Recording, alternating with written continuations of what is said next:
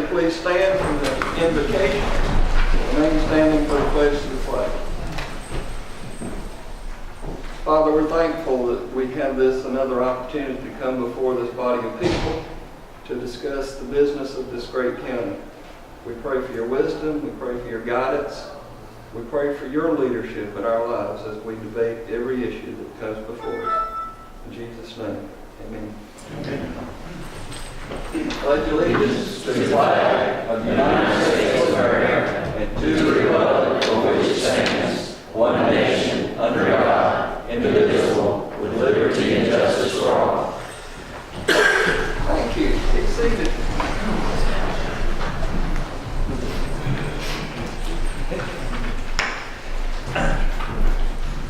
All right. First order of business. Consideration of a resolution to approve the agenda. And Toss has asked or pointed out that we may wish to, under new business, reverse the order of two items, making item number 4, item number 6, and item number 6, number 4, which seems to make some good common sense as we discuss those items. So I would ask for the Commission's approval to reverse those two items. Other than that, that's all I got. Anything else? Question? Motion? Make a motion to approve as stated, other than the 4 and 6, we'll swap them. 4 to 6 and 6 to 4. Second. Motion and a second. All in favor? Aye. Any opposed? So carried. Next item, consideration to approve the minutes for the January 6, 2015 Commissioners meeting.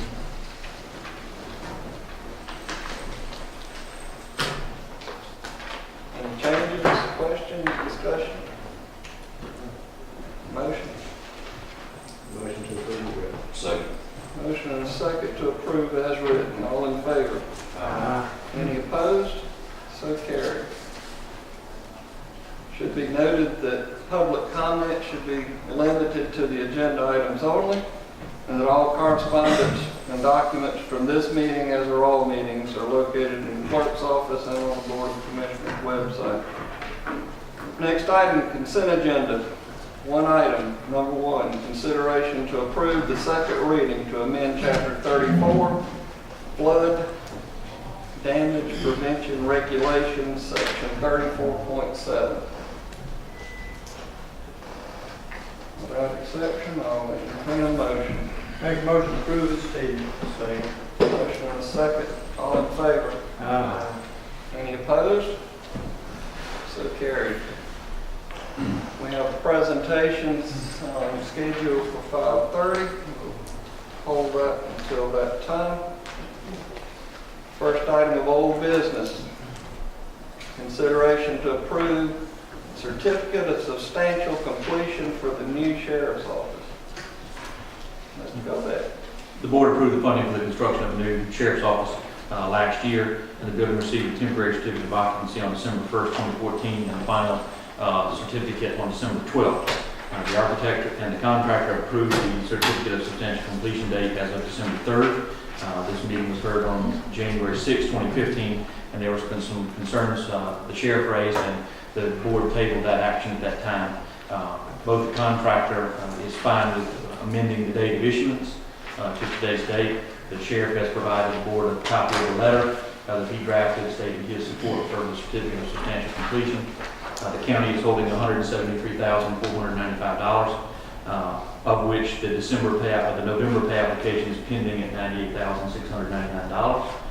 If that is paid, the county would still be holding $74,796. The sheriff is here if you have any questions, as well as members of the design build team. Staff. I think we probably all had a chance to read his email, and that helped my comfort level. The only thing I just want to verify is with the $74,000 that we'll have left, we won't be releasing any of that until it comes back before us for a vote that, some of the punch list items are still moving forward, right? That'll be fine. Okay, let me just verify that. Good with that, Sheriff? I don't know, Mr. Chairman, working with these folks have been so hard, I just, no. we got architects and everybody else, I think, here, so there's Get up here for me, plenty Stephanie. of people to answer questions if there are any. I think we've reached a point of substantial completion. The issue that we talked about the other day with several commissioners has been resolved. And I think at this point, we're ready to keep moving forward. We still got some minor issues to take care of. It's menial stuff that, little pieces of wood here and there, stuff like that. But the major stuff, we've resolved all that and got good resolution on it. No leaks now. No, sir. But But it's sunshine too. at least we had rain to find out if there were some, so they Yes. could be taken care of before 6 months or a year came. We have had plenty of rain. I can say with the problems that we have with the last building, one of my biggest things that I wanted to be sure that we secured was that we did not have leaking wet, because that affects the integrity of the building. So that was the main agenda for me, and I think for you as well, and I think you feel comfortable with that. And with that said, as far as long as we know it's warranted to where if there's any additional problems, they're going to come back and jump on that. That's the main concern for me. And me as well. That was one of our biggest things last time, was a month after we got in the building, we started having water issues, and it just continued right on. Of course, the company went out of business and all that kind of stuff too, but I think we've reached a good point where we can move forward. How long is the bond good for that we have on that? Do you know? The payment performance bond will expire upon completion. The warranty will begin as of the date of completion. Well, we spend the money, but to me, the citizens vote you in there to be the caretaker of that building, so we want you to be happy. We have been taking a lot better care, I think, of this one than the last one did. Well, with my past experience on school board, if everybody, I don't know how much everybody's aware, but the school board had a lot of leaking roof problems throughout the years, and so it was just something that I know with new construction, we want to be careful that we don't have that issue coming out with new construction. And that was a big issue that we had with it as well. The flat roofs just don't seem to work. They did show us where the actual roof has a pitch to it, so I think we'll be a lot better off. This roof's not spongy and bouncy like the other one was, so I think we're ahead of the game. Good deal. Thank you. Thank you. Any other questions from commissioners? Like I said, there's architects, there's everybody here to answer whatever questions you may have. Well, hi, I'm Ryan Price with Reeves World, the contractor. We're part of J. Dunn. Two of the concerns that were mentioned, I would just add to the conversation. The roof system does have a 20-year warranty. It's a Firestone product. In addition to that, part of our general liability completed operations coverage, you have a 10-year warranty from us for any latent defect that may be discovered in the project. That's just an additional coverage that we provide as part of our insurance program that you have with us. So we've been in business for 90 years. We're not going anywhere. We do strive for building perfection, but we're going to take care of any issue that comes up. The sheriff has my personal cell phone. He can call me at any time. See, I'm one of those commissioners that took office right behind the people voting for SPLOST to build a new jail. And the reason they voted to build a new jail is because that one was in such bad condition from the water. So, you know, that's why we're additionally touching. It's nothing to do with your company. Sure. And one of the questions that I asked way back then was, you know, why weren't we able to call the contractor way back when and get these water issues taken care of? So I wanted to ensure this time around that we were in the right position that could happen. And since you did get up and say about the warranty, let me ask you this question. With it being warranted for 20 years as an example, how does that apply to areas where you had to do, say with the plumbing's coming out, or anything coming through the roof, that there's a cut and you had to make fittings or whatever? Does that warranty apply to that? It does. Okay. It does. We've actually flood tested the roof completely now, and we made some additional repairs to the roof system, so that it factors into that same warranty. And we'll acknowledge and appreciate that you guys jumped on that and worked on that so diligently. We appreciate it. Well, thank you. We did put together a summary of the project history and some of the achievements that we jointly made as a design and owner and contracting team. And I've got copies here. I'm going to leave it with the clerk for you guys to review at your leisure.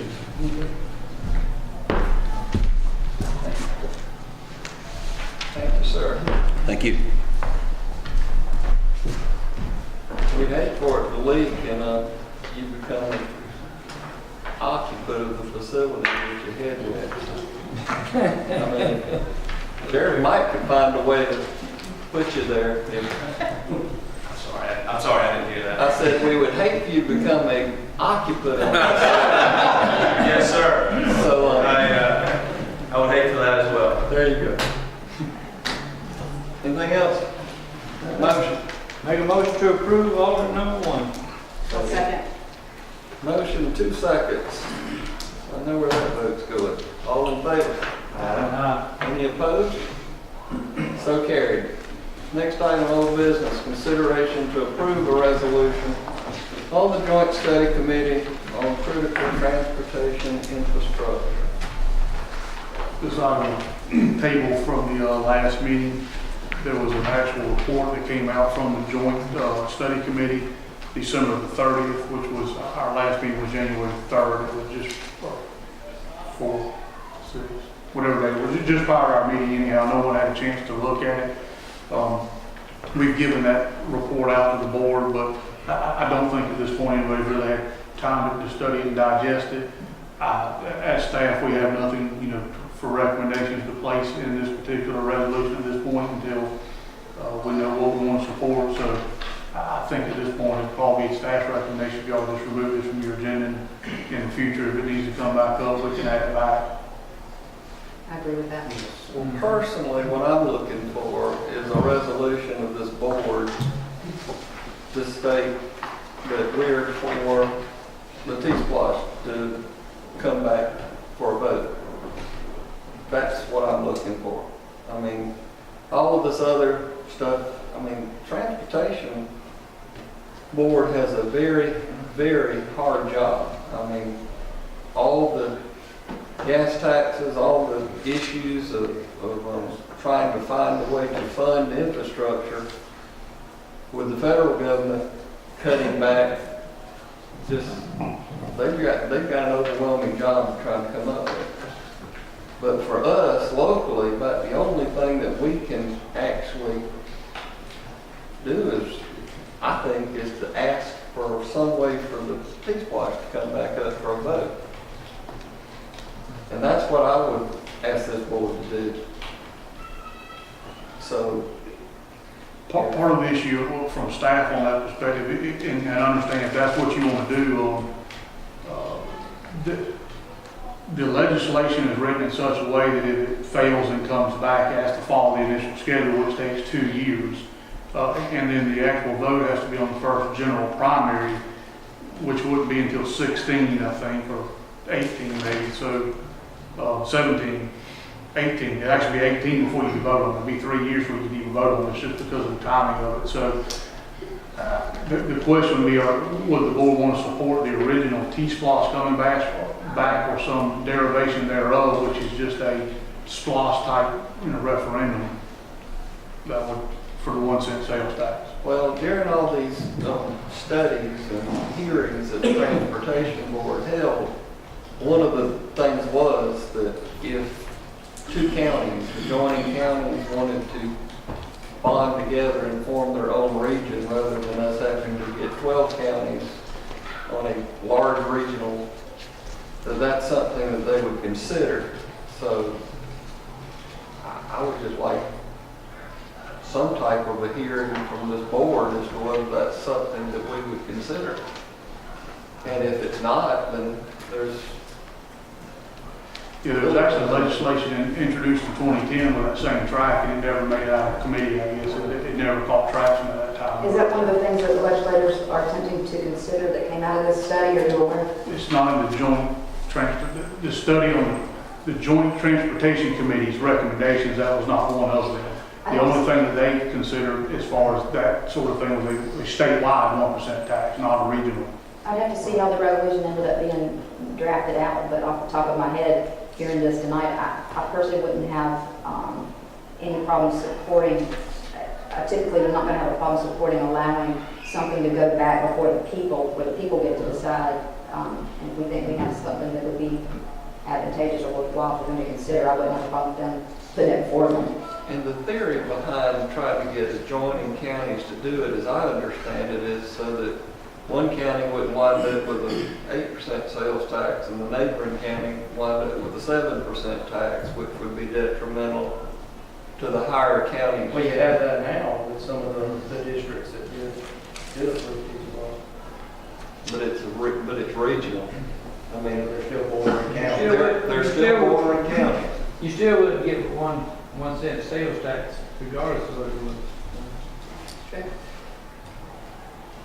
Yeah, and also the benefit of the original T-Splosh is it was collected district, I guess, wide, the 12 counties. So we actually netted money. We got more back than what we put into it according to our projections, which clearly we wouldn't if it was only us. Or simply remove this and have the discussion when we're in Atlanta with DOT. I mean, just one of the thinkings, Chairman, that as an example, possibility, if Effingham were to approve it and Chatham were to approve it, then that would be a way to help fund the project. Yes. That's the two counties. That's definitely worth putting the information together to put before the people and let the people decide that. Yeah, any two or more contiguous counties could band together to form that region, and then they would come up with a list. And I could pull the original legislation from 10. I don't recall why it didn't make it get any traction. I think it was because the legislature was more trying to push this particular bill, not that one. But It would even be an extra incentive to help the two counties work together really well. Well, that's my thought. I think you've got a valid point. I mean, in this thing, they talk about everything from taxing windshield wiper blades to, I mean, you name it. Electricity for electrical cars. There's all kinds of theories. We could remove it for tonight and like you said, have some further discussion about it and then add it back. I'm not prepared tonight Yeah. to cast a vote. No, and I'm not asking for a vote, whether, just to have some discussion on where we got to with this point, and whether or not we need to table it, or whether we just want to remove it. Just remove it so we get something We're else. not conversation. I'll entertain that motion. I'll make a motion that we remove this item at this particular time and bring it back if additional information comes present that we want to add again. Second. Motion and a second, all in favor? None opposed? Carries. All right. First item of new business, consideration to approve an assemblage permit for gate and lodge number 428 located at 188 Magnolia Place for a turkey shoot. Yes, sir, Mr. Chairman. George Shaw, zoning administrator. The Guyton Masonic Lodge has requested to hold a turkey shoot. This is a turkey shoot they did in the fall, and they want to continue that into the spring. I may have a wrong date on there. I apologize if I left it on there. They want to do it, I believe it's the last Friday of January, February, March. Is that correct? They were successful. We had no complaints. They were successful with the turkey shoot in the fall. It is at a Boy Scout camp on 17, which has a shooting area with a berm, very safe, no residents nearby. Staff recommends approval. Any questions, discussion? Motion. Make a motion to approve this permit. Second. All in favor? Any opposed? So carried. Next item, consideration to approve an agreement to provide fiscal agent services to Effingham County Family Connection Commission Incorporated. Good afternoon. I think I knew that. I'm Elaine Spencer, the Director of Effingham County Family Connection, and I'm here once again as for the past at least 15 years to ask the Effingham County Commissioners if you will serve as the fiscal agent for Effingham County Family Connection once again. Any questions for any of the commissioners? Motion. Make a motion to approve. I'll second. Motion and a second. All in favor? Any opposed? So carried. Thank you. Thank you. I'm not done. I'd also like to ask, Consideration to approve to appoint an individual to the board of directors for Family Connection. Thank you. And I would like to recommend, if possible, Stephanie Johnson. She can serve on the Family Connection Board to represent the Board of Commissioners. Yeah, I'd like to state that I've been appointed there and have not been able to attend due to conflict of work, so. And that's very understanding. Stephanie and I talked about it, and I know she's here and present could be here, so I think that'll be a positive. Any questions? Comments? Motion. Make a motion to approve alternative number 1 and appoint Stephanie Johnson to the Board of Directors for Family Connection. Second. Motion and a second, all in favor? Aye. Any opposed? All right, Stephanie, you have been appointed to serve. Thank you. Serve well. Yes, sir.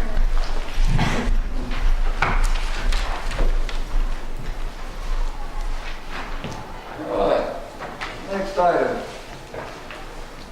Oh, this might take a little while. Yeah. It'll take longer than 5 minutes. Yeah, it's gonna take longer than 5 minutes. Mr. Chairman, I think time we get them in, it'll be 5:30. I think so too. Bring them in here, Frank.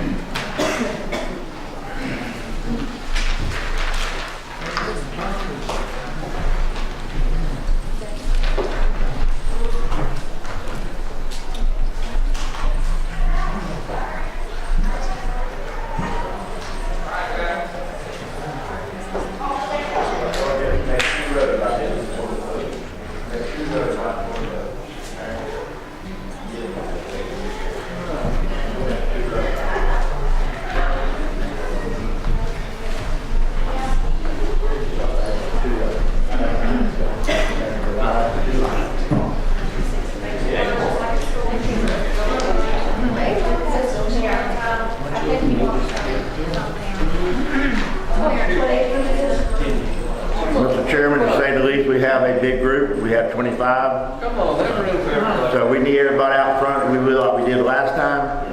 When we get through here, we go into the gym for the award program. So we're going to present them with a proclamation, and Miss Stephanie will call out so Mr. Wyndham does his expertise.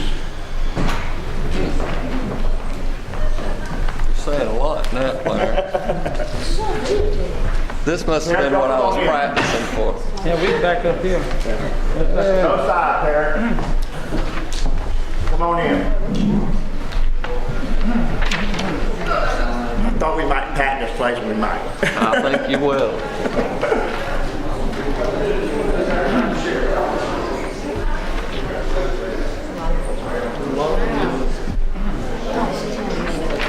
Hey, there's room on that side too. Need both sides.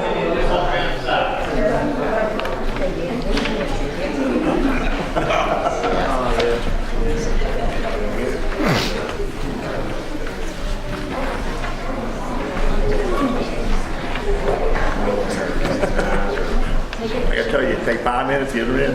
That's all right. That's all right. Kids are worth it.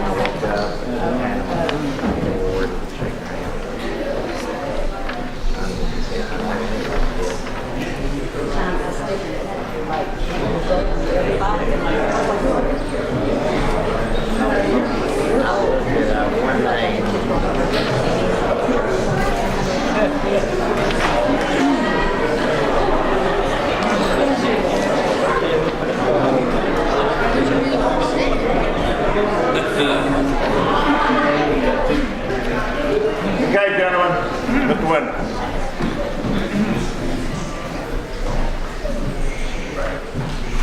Proclamation. Effingham Champions Day 10V Jags Football, Tuesday, January 20th, 2015. Whereas the youth of Effingham County Recreation and Parks 10U Jaguar football team won the county's first football state championship in the GRPA State 10U Football Championship held in Calhoun, Georgia on December 13, 2014, and first place in the GRPA South Georgia Championship held in Cordele on December 6th. The team also showed extraordinary accomplishment by winning first place in the South Georgia Football League and in the GRPA First District Championship that was held in Thompson. Team was also champions of the Cracker Bowl, the Johnny Overcash Super Bowl held in Brunswick, and the Rebel Bowl. And we've got the names of Georgia Recreation and Parks Association state champions 10U football. Now if I mispronounce any of these, y'all don't hold me too bad, okay? We're going to present these as I call them out. Yeah, they're miles. Are they the same? Are they all the same? Yeah, all the same. All right. Everybody gets it. Well, I know one thing, this takes a lot of time from parents and a lot of support, a lot of dedication by these young men. I appreciate it. This county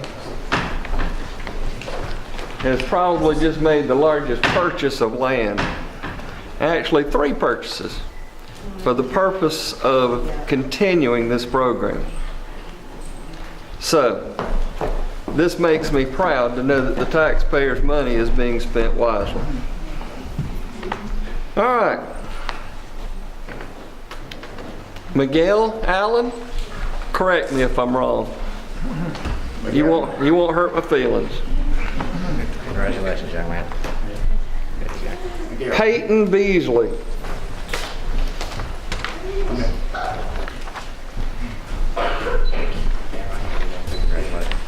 All right. Timothy Brown.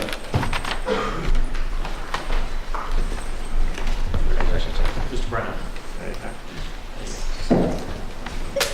Xavier Coppock.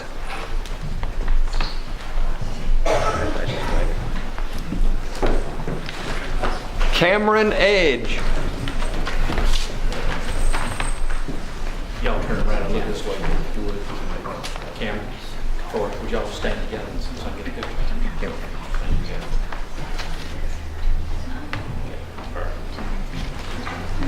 Matthew Ford.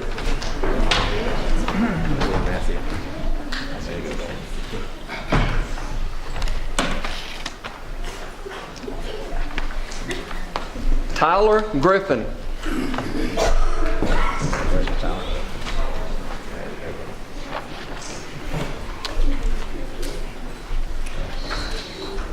Devin Hallman.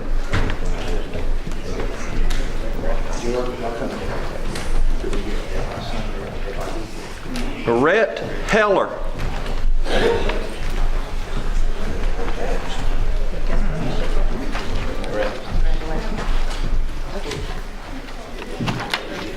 Peyton Kirby.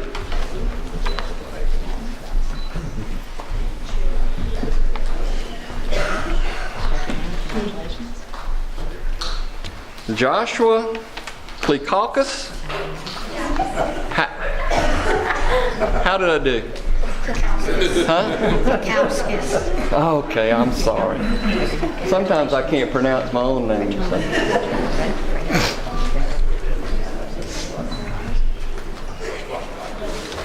Tren Robinson. Congratulations. Austin Roadwalk.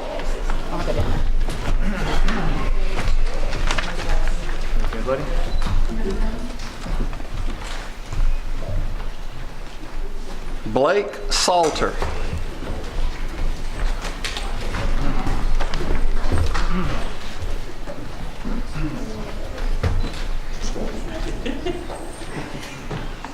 Holden Sapp. Congratulations. You got one more? I don't hand you 2 of them.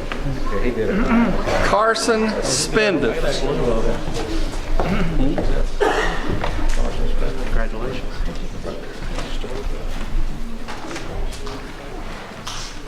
Tyler Stone.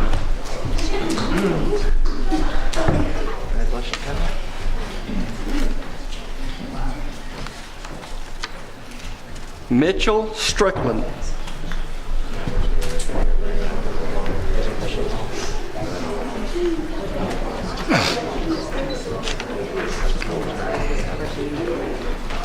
Shane Strickland.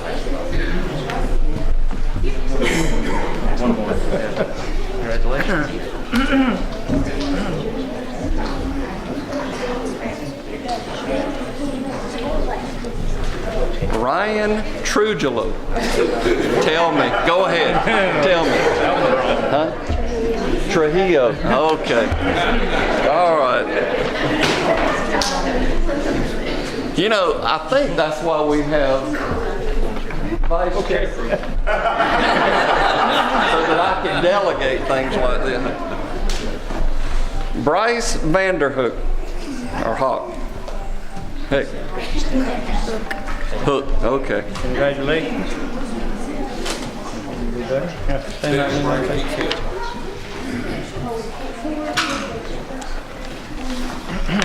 Tyler Wells.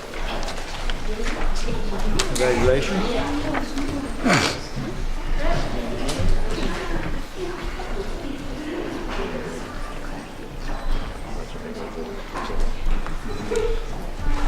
Tucker Wilson. Congratulations. How you doing, man?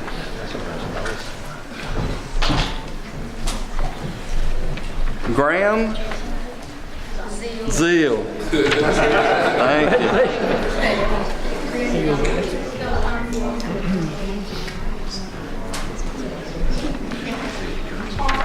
Paulus Zitrauer. Congratulations, buddy. There you go. Last but definitely not least. What you got? 5 more? Yep. Well, I tell you what, you can't do it without coaches. Is that correct? You parents agree with that? Can't do it without coaches. There you go. Head coach, Yancey Ford.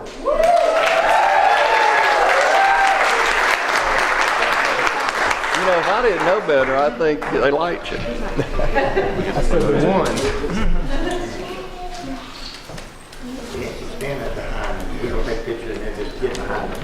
All right. Assistant coach, Chris Edge. You pretty well liked too. I don't know, man. Congratulations.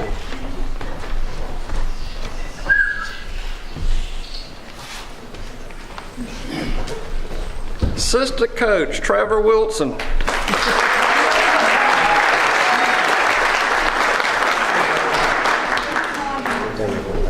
Assistant coach, Rusty Zitrauer.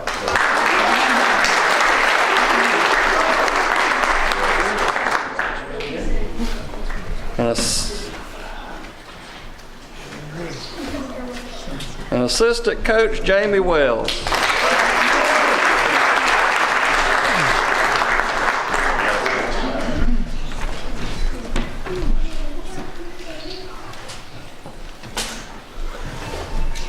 Clarence, you got something you want to say? Oh, yes, sir. Somehow I figured that. Yeah. We appreciate it. I said we'll see you again at 6:30. We got a couple important items that we got to take care of when we get through. The commission will stand behind them on the rail, and the coaches stand there. Boys, come here. We get 2 rows, one kneeling down, one standing up. Do it real quickly. Just y'all stand up there with the commissioner. Okay, one group catch your knee. However you catch your knee, you have to stand behind it. Let's see how quick we can do it. Y'all did it too many times during the year.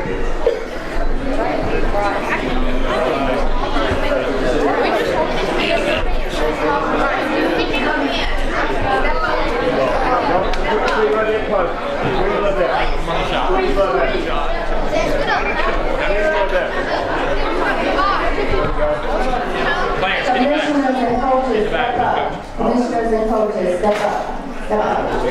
Step up.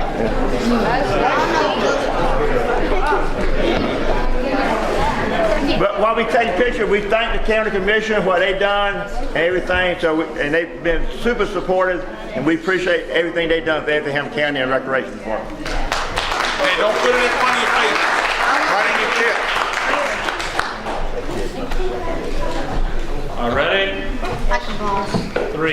2, 1.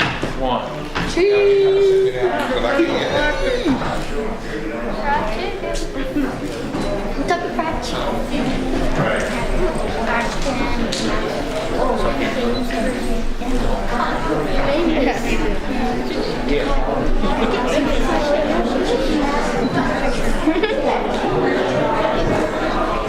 I like that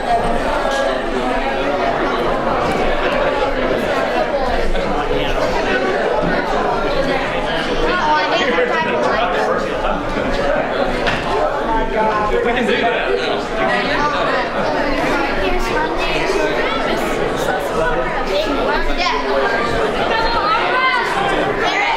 autograph over here.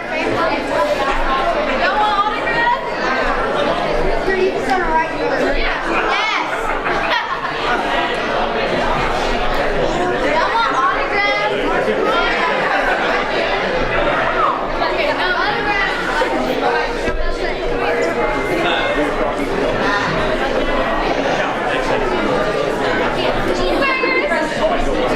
Kentucky Fried Chicken.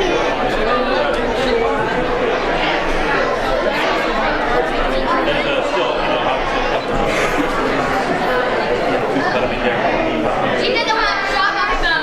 Look at it.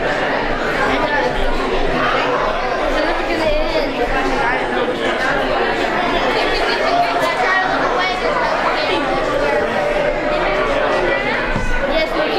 Oh, man. You want autograph? We got all 25. I'm on 25. Oh, my God. You'll get outstanding.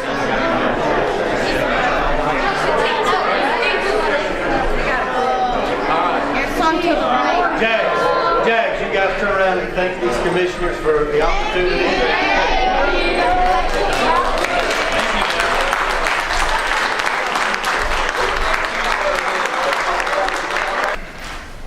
Very good. Back on track.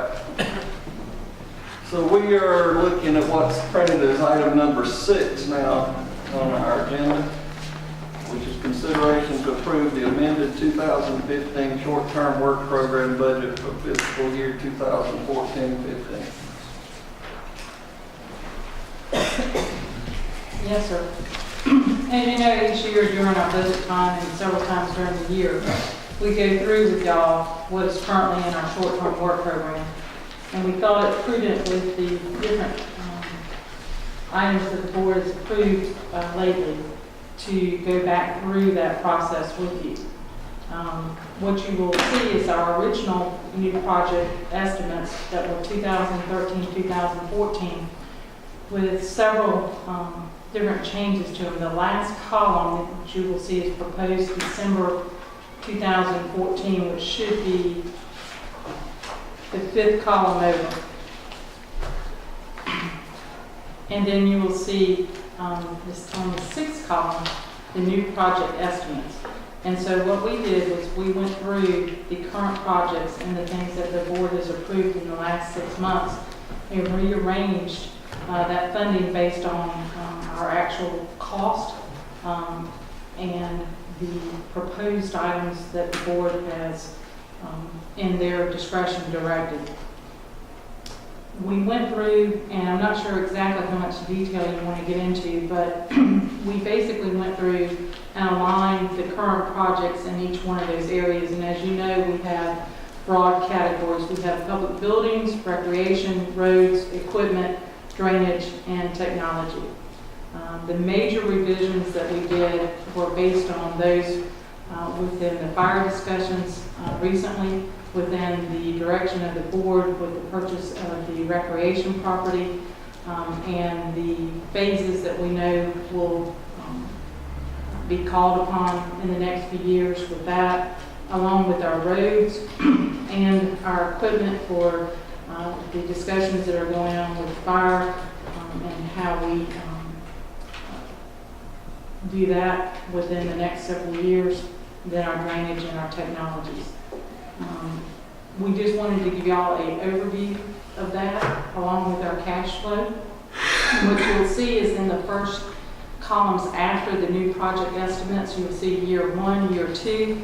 Those are our actual expenditures.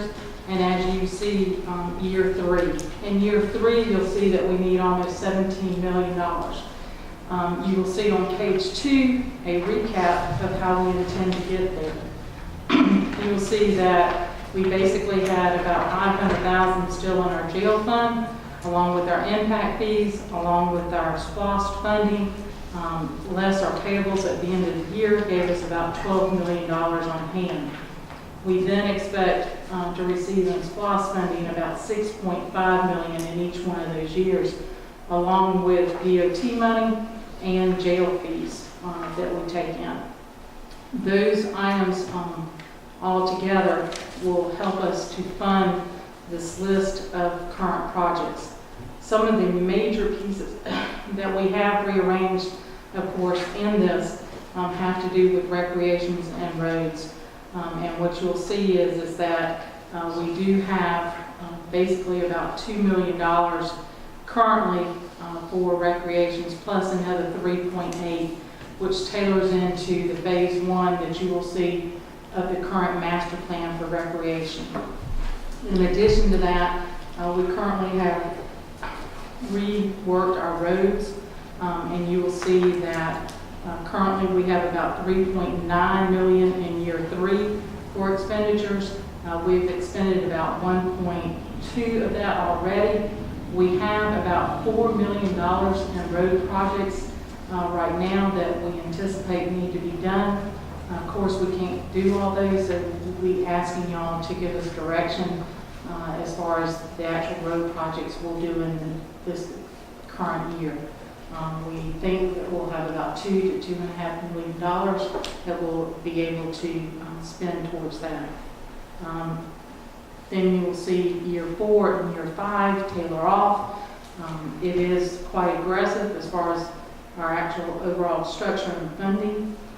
You will see that in that final year, we will need to watch our cash flow significantly to ensure that we can complete all of these projects.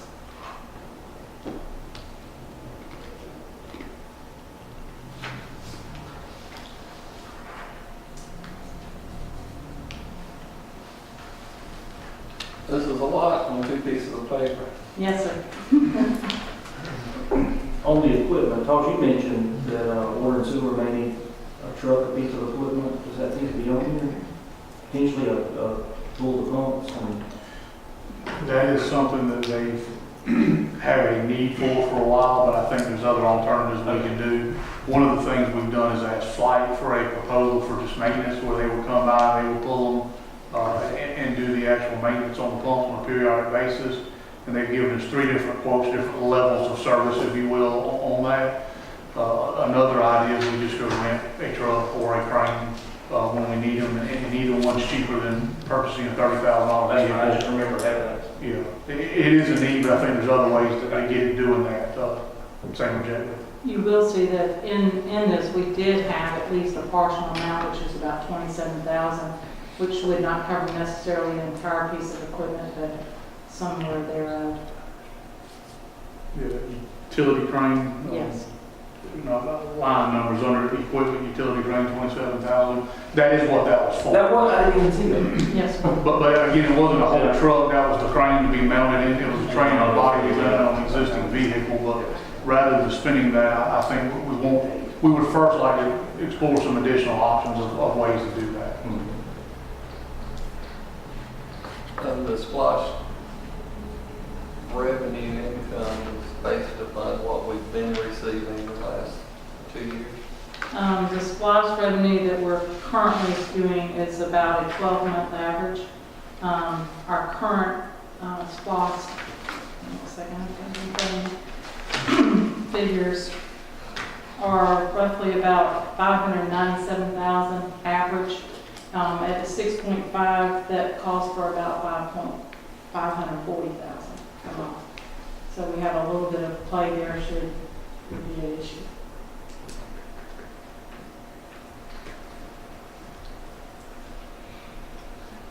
Anybody got something else? Sounds good for now. Again, this is discussion in nature, and we simply want to make sure the board is informed and aware, and if there needs to be further discussion.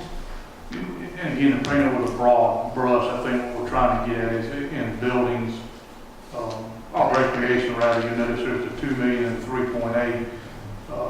And you'll see that is banded out over a couple of years for cash flow purposes. But there's also a 903 and a 360 for the land. So the land is not out of that 5.8. It's 5.8 for actual improvements on the land. And then skipping down into equipment, land, buildings, and equipment. All of the buildings anticipated in our fire moves that we were doing, our ISO, which is a new building at Arbor-Roki, relocating a building from Berryville, relocating a building from Ledesi. That's all the buildings. And all of the equipment that y'all previously approved, the 2 new trucks, the equipment to go on, all of that funding is included in this short-term work program. And we did get what was supposed to be the final draft of the master plan, the ISO plan on Friday. There were just some small grammatical things that we wanted to fix before we actually put it out. So we'll bring that to y'all in February. We'll actually have that report out. Now, personnel is not funded out of this. That's a different discussion that we'll have in the future too, how we would look to fund personnel. But the capital side is out of here. And again, on roads, I think we have about $2.5 million this year, 1.4 each additional year. So, roughly 3.5 over the next 3 years. You all should have a list that we put together. We were still working on that one out. That should be in your stuff. And we broke it down per road for the sole purpose of we have 4 million, and for cash flow purposes, we can only do 2.5 this coming year.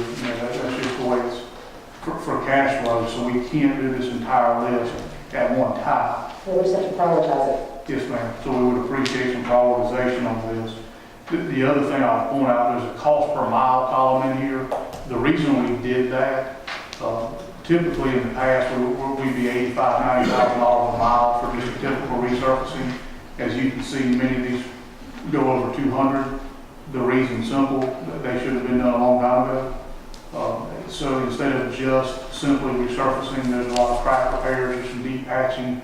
There's a lot of repairs that are going on these roads. So it's like anything else, y'all get the unfortunate position of not having enough money and trying to figure out how to spend it all. So as you look across all of these categories, I just feel like, doing my job, I need to tell y'all the longer we wait, the worse these conditions get, the more expensive they get per mile. The more they get per mile, the less you're going to do. So as y'all determine how you balance all these monies and future spots, all those different things. So, the numbers in red, what do they represent? all of the numbers in red are roads are less than a mile, so it kind of skews the cost. Yeah. They're shorter segments, so it's not an exactly accurate picture of the cost per mile. So look at the ones outside of red, basically. But basically, the short-term work program report that you gave us, it's a report that we've been working on, but you're just giving us an update on any changes that have occurred. And one thing that I do want to keep reiterating and asking is, if when you give us these, if you will highlight the sections where anything has changed, that'll help us find the changes. Okay, will do. I'm just asking for that in anything that we get, because we get so much information that to find the actual changes, it's like starting over every time we look at a report. And basically, the way we do these things is say the year 3 categories we're currently in, we budget projects. Next year, everything in that category will change to true estimates, the actual expenditures. And then we push the savings forward and take the losses where we do, and we rebalance every column every single year based on shifting A needs. lot of it shifts, And in other words, a lot of it shifts, like you're saying. All Pretty much project shifts, everything, and it's mind-boggling to try to keep your, yeah. You can just tell me not to say that. Well, it does, because when we finish a project, we try to conservatively budget things. So we hope to deliver savings on every one of these to y'all, and those savings is carried forward to the next year. So I guess what I was trying to get at is, like, as an example, if in one step we were thinking we were going to apply a certain amount of roads, and now we're changing that, we're going to do half on roads and half on something else, that's like a decision change. And that's what I think. that typically doesn't change within categories. We try, in other words, if there was $5 in roads, we try to keep $5 in roads. Now, how they move around, we try to keep the category levels. Okay. We pretty much don't cross. That's fine. But within, sorry. no, sorry. That basically is your column 5, that's why I pointed that out, that's where we shifted. So is everything in particular order for a reason, just how they fell out? It's not by district or? Roads right now, they isn't in any order. Is there a reason? I mean, how they fall out? Is that, Just have a list. I had them in alphabetical order, Jerry redid them, I couldn't tell you. That's fine. There's no work to them whatsoever.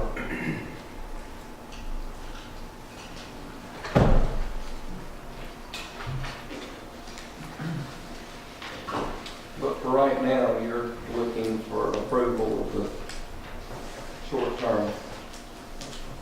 We're looking for approval so that you are understanding where we currently are spending stuff, where we have things allotted. It is subject to change. It's subject to change again in a few months when we're going through the budget. But we felt like that we do not give y'all enough notice necessarily as to what has shifted, what actual expenditures have taken place, and so we wanted to update this. And basically, the approvals that you are making is in the column 5, which is the last changes that we made as of December 2014, which is shifting some of those fundings between different projects.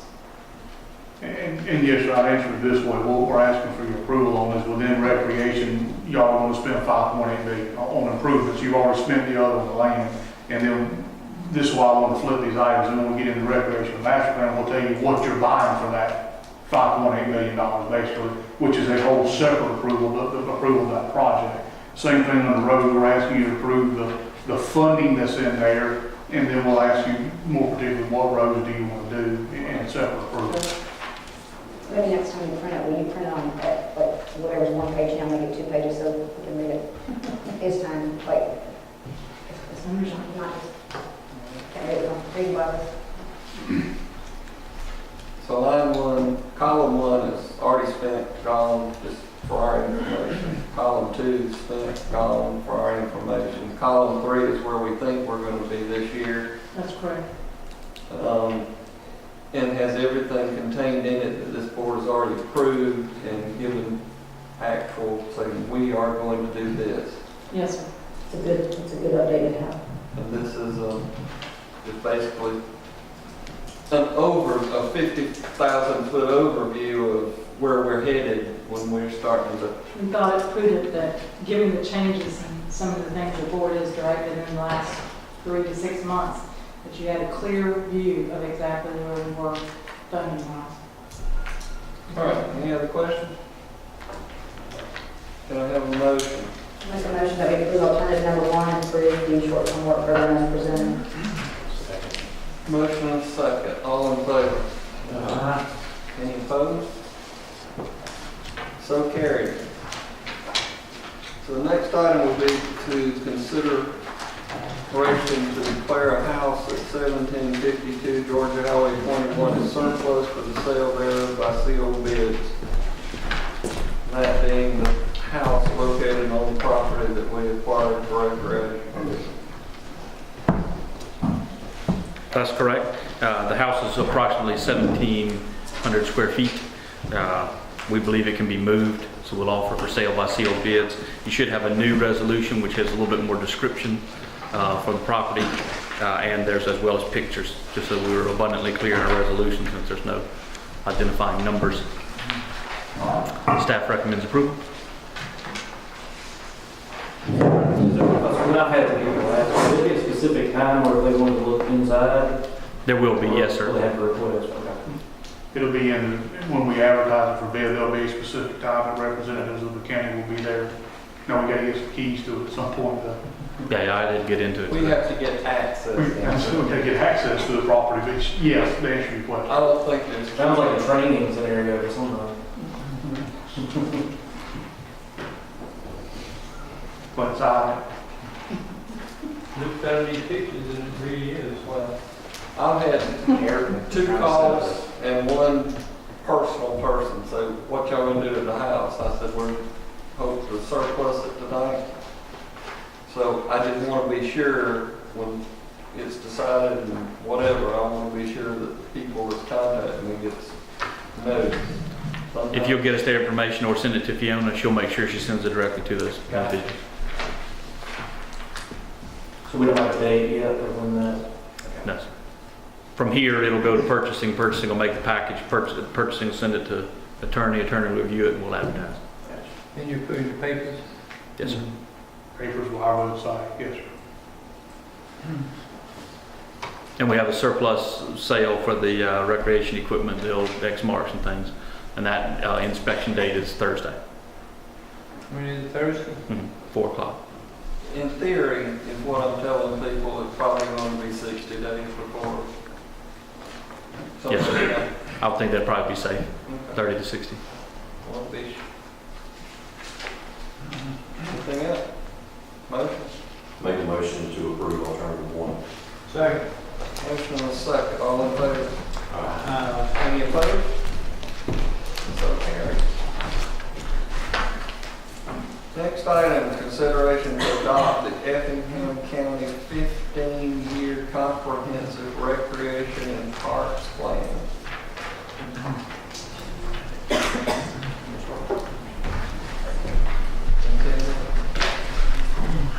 Good evening, Mr. Chairman and Commissioners. My name is Patrick Graham. I'm a Project Development Manager with CHA Consulting. And I'm not sure who in their infinite wisdom scheduled Effingham Champions Day for this evening, but I would just like to congratulate them because I could not ask for a better lead-in to this discussion. I mean, that was fantastic. We'll give the credit to Mr. Clarence back there. My mama always said to keep things simple, short, and sweet. So that is what I'm going to try to do here tonight. I have a very short presentation to talk about the Recreation Facilities Master Plan, which you will see we have now updated to a 15-year plan for you.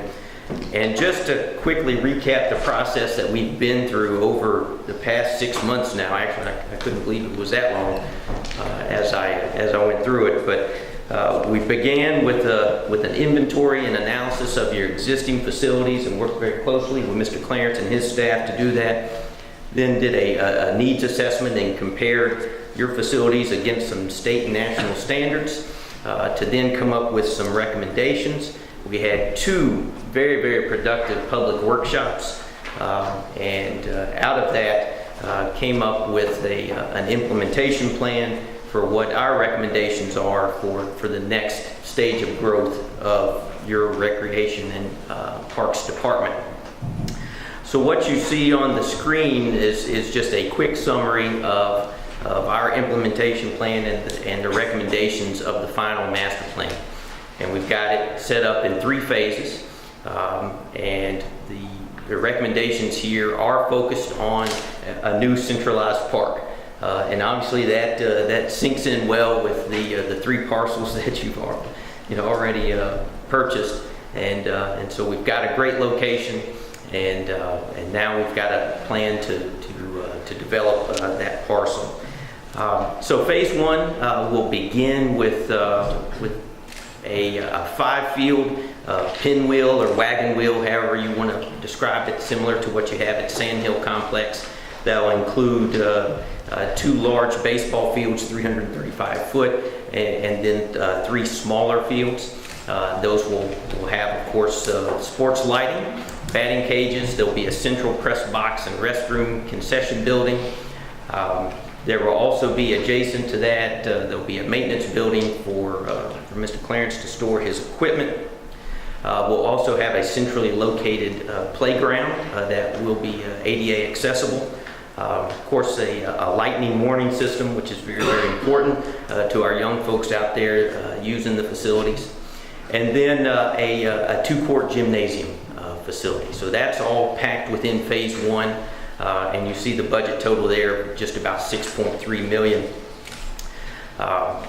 Phase 2 would then develop upon that complex, add an additional pinwheel. At this time, we're looking at 4 fields in that.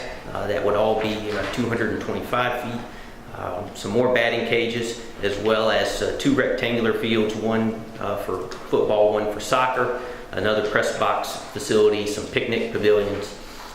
And then the 3rd phase, should funding allow to do this, we would then add 2 more rectangular fields, again for football and soccer, an additional restroom and concession building that would be in the football soccer area, some more picnic pavilions as well.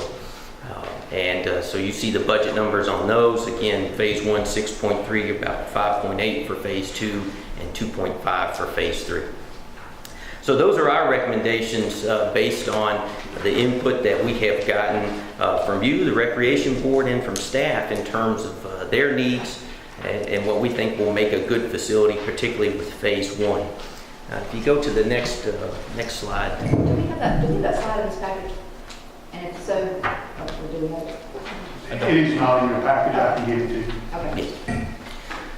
So this shows you just a quick rendering that we put together of how that would all fit on the original 77-acre parcel. Of course, now you've added 40 more acres, so that gives us more land to work with and to move some things around and place them a little bit more strategically. But you'll see in sort of the light yellow shaded area, that's Phase 1. And then you've got the blue Phase 2 area, and then kind of the gold colored Phase 3 area, showing the addition of the last 2 fields. Again, this is all just based on our recommendations in the final master plan. And one of the next steps that would occur should you approve this and then we move forward, would then be to actually look at the total site with the 77 plus the 40 additional acres and do a specific site master plan for that and really look in a little bit more detail. So that's really what I wanted to present to you tonight. I imagine that one of the questions that you may have based on your previous discussions on the short-term program is, okay, the short-term program has projected 5.8 for the beginning, and we're saying 6.3, so how come those numbers don't match up? So I've got a couple comments on that. One is that one of the big cost items in Phase 1 is the sports lighting. That in itself is about $600,000. There is a program through Georgia Power that you've already used, I believe, for the Sandhill Complex that allows you to basically, in essence, finance that portion of it, and then Georgia Power will actually maintain the lighting for you, and I'll do all the maintenance on it, which is a great program. A lot of our county recreation clients do use that program, so that would take that amount out of the total. Plus, we've got some conservative budget numbers in that budget as well, including some contingency numbers and things like that. I believe we have close to about $200,000 just in contingency in that Phase 1 budget. So we've got some numbers there. And once we start to look at the actual site, obviously some of those may change when we start looking at it. So those are some comments on those budgets as well. But at this point, I'd love to get some of your questions or comments. So with all that said, what you were saying was you think that we'll be able to do what we have projected in the 5.8? Yes, ma'am. Well, as we go along, we can be able to change this. You got the plan up there, and you sound like you know what you're talking about, but if something comes up, is it some way that you can change some of that around, or it's sort of what we see is what we don't get? No, there's definitely flexibility, and like I said, when we do the site master plan, one of the things that we would recommend that you do as part of that, and obviously we hope to help you with that, is to do a programming workshop that would really get into the details on all of these things. So some of these may change, and so we would work through that together with you. And so this is definitely there's room for flexibility in terms of where locations are and even what items are in there and at what time they go into the budget. So, but we wanted to put together something that, as far as that we could recommend to say, this is a really nice complex, it's a good place to start, somewhere that you can begin and then build on for the future, and this is the budget for it, so it shows you got some place to start. It was pretty much explained to us tonight, if we approve this is not completely set in stone. It's the theory of what we're planning on doing, but it's fluid and we can make some adjustments as we go. Yes, ma'am. It's far from slide one. It's got 1, 2, 3. Yeah, because that's something I definitely want a copy of. This one? Yeah. So what we're talking about is the concept of what's going forward with Phase 1. Phase 1 including 5 baseball, softball fields. Those items right there under Phase 1. and that we can get that done for 5.8 whatever million dollars. And Yes, if sir. the board then approves that concept, the recreation department sees in the studies that y'all have done to date, so that's what we need to accomplish in phase 1. Yes, sir.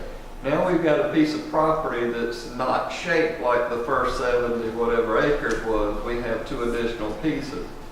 So we're going to have to get someone, and it sounds to me like your company would like to be that someone, to go forward and take that large tract of land and how to fit phase 1 on that piece of property and make it fit down the road with phase 2 and phase 3 whenever those phases come available. Exactly. Have I got it? You have got it, sir. Yes, All sir. right. So how do we determine, the commission here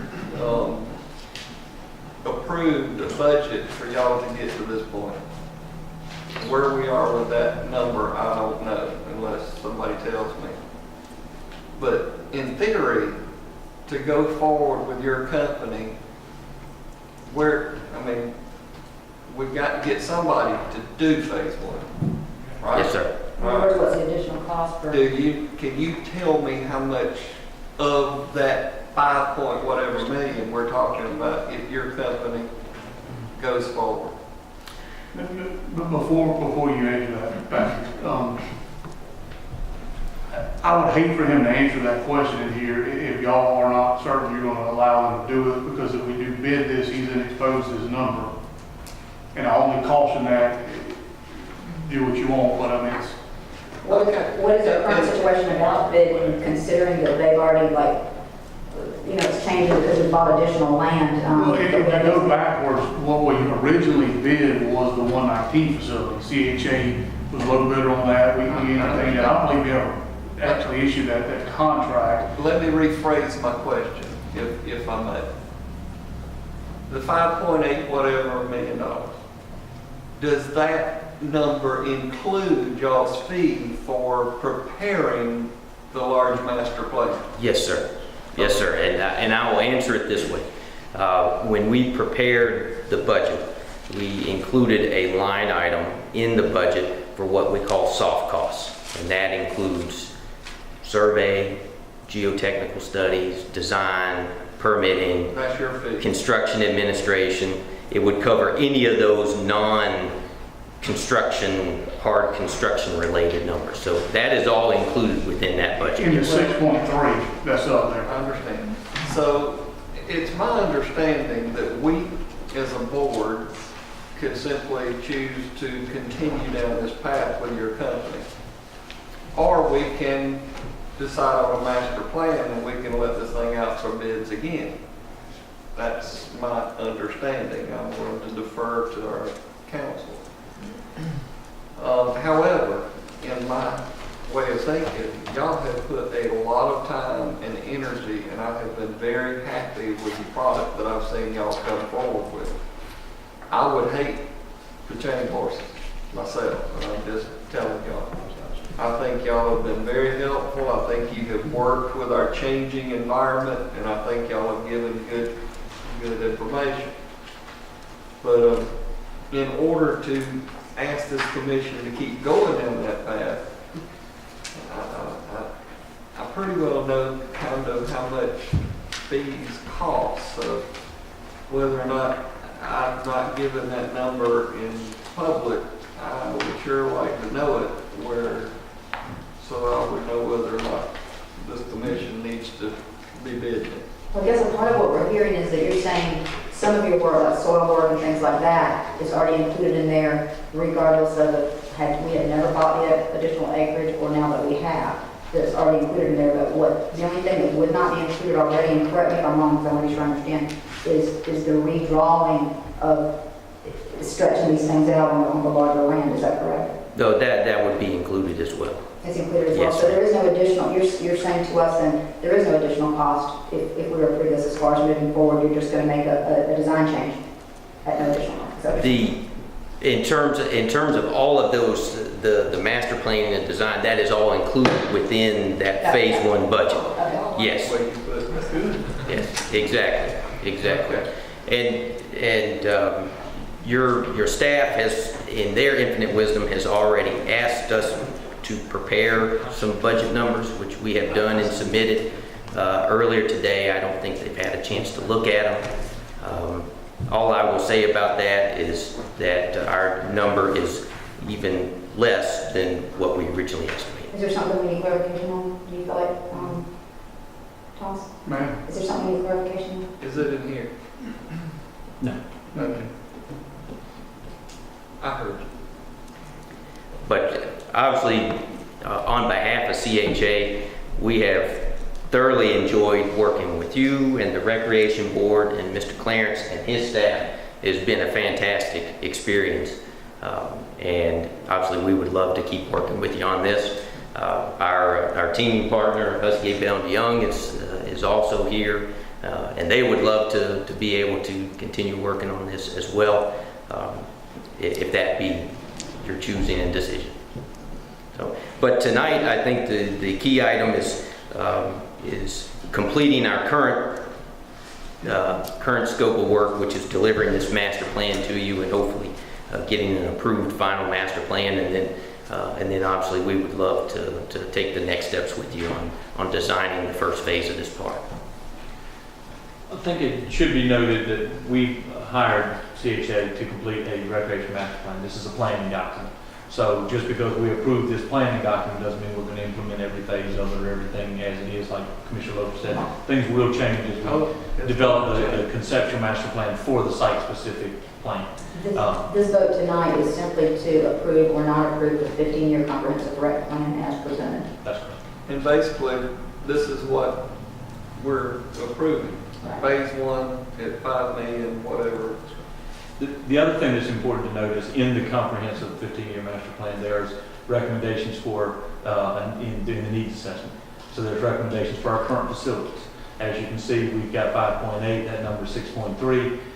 If we're going to move forward with phase 1, that means we would need to be pushed or make a decision on our current improvements. We believe that those things can be postponed so that we can begin phase 1 of this recreation master plan. Those things can be determined after this vote tonight. Yes, ma'am. And I'm looking at Clarence because that's basically, if we decide to go, see, when this thing began, I didn't envision us being able to really start this thing in this level. But it's my understanding the Recreation Board, and they have looked at this thing, and if we can go ahead and start this, we're not going to be needing to spend some of this money on some of these existing facilities, which is basically throwing good money after bad. We better off put it here. That's one thing I felt very good about the process is I believe that you've been able to work very well with the rec board and the commission, everybody together as far as getting to this point and starting to actually make things happen. And that's what we're ready to see. I mean, I'm good with it. I don't mean to be argumentative. I just want to be sure that this commission understands that we're fixing to commit to spend $5.8 something million and get started on phase 1. We bought the land, we better get started. I'm fine. I'm happy as I can be. Any commissioners have any questions? I'll entertain a motion. I make a motion that we approve alternative number 1 and adopt the Effingham County 15-year comprehensive rec and parks plan. Second. Motion and a second. All in favor? Any opposed? Thank y'all. Thank you very much. Now, I will tell y'all, I get phone calls. Go enjoy your celebration. I wondered why Husky Bell stuck around. Now I know. No, I want y'all to know though, and other commissioners may as well, but I get phone calls from people. The only negative that I've heard from this is phone calls saying, y'all got all this money to spend for recreation, why can't you pave my road?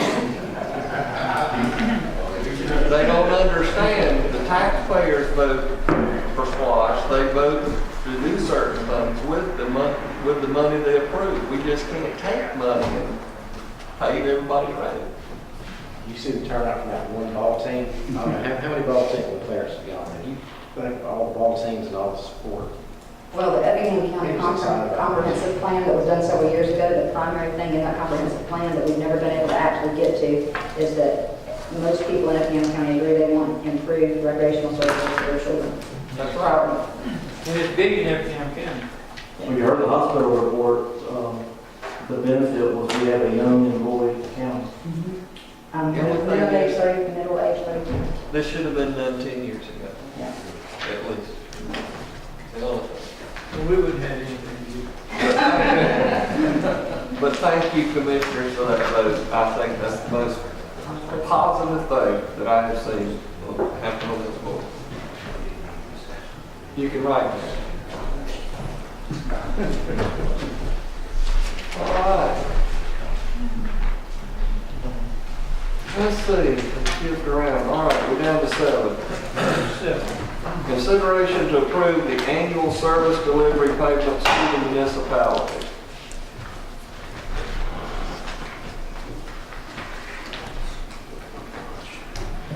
As the commissioners are aware, we are currently under a service delivery agreement with the municipalities. As part of that service delivery agreement, we basically go through and do a calculation of the actual use of our property tax based upon several different iterations and calculations as far as our overall expenditures, along with our revenue that has come in against those expenditures.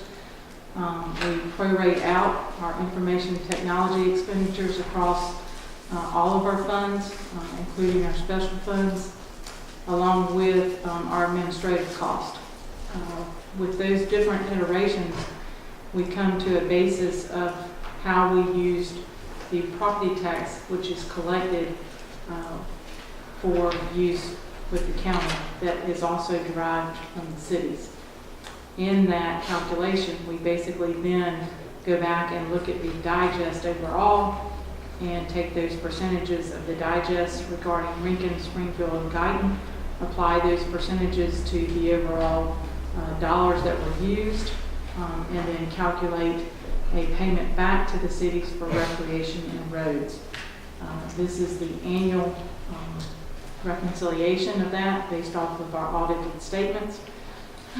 And that current amount right now is $392,275 for all of the cities. We are asking for approval up to $400,000. As you can see in the spreadsheet, they are meticulous calculations based on revenue and expenditures, and we're asking up to that $400,000 should any one of the cities in their review make some adjustments to this particular calculation. So this is the annual true it up.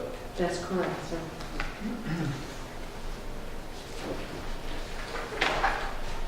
On the city, what I just want to make sure I understand, this is true it up for general fund dollars, right?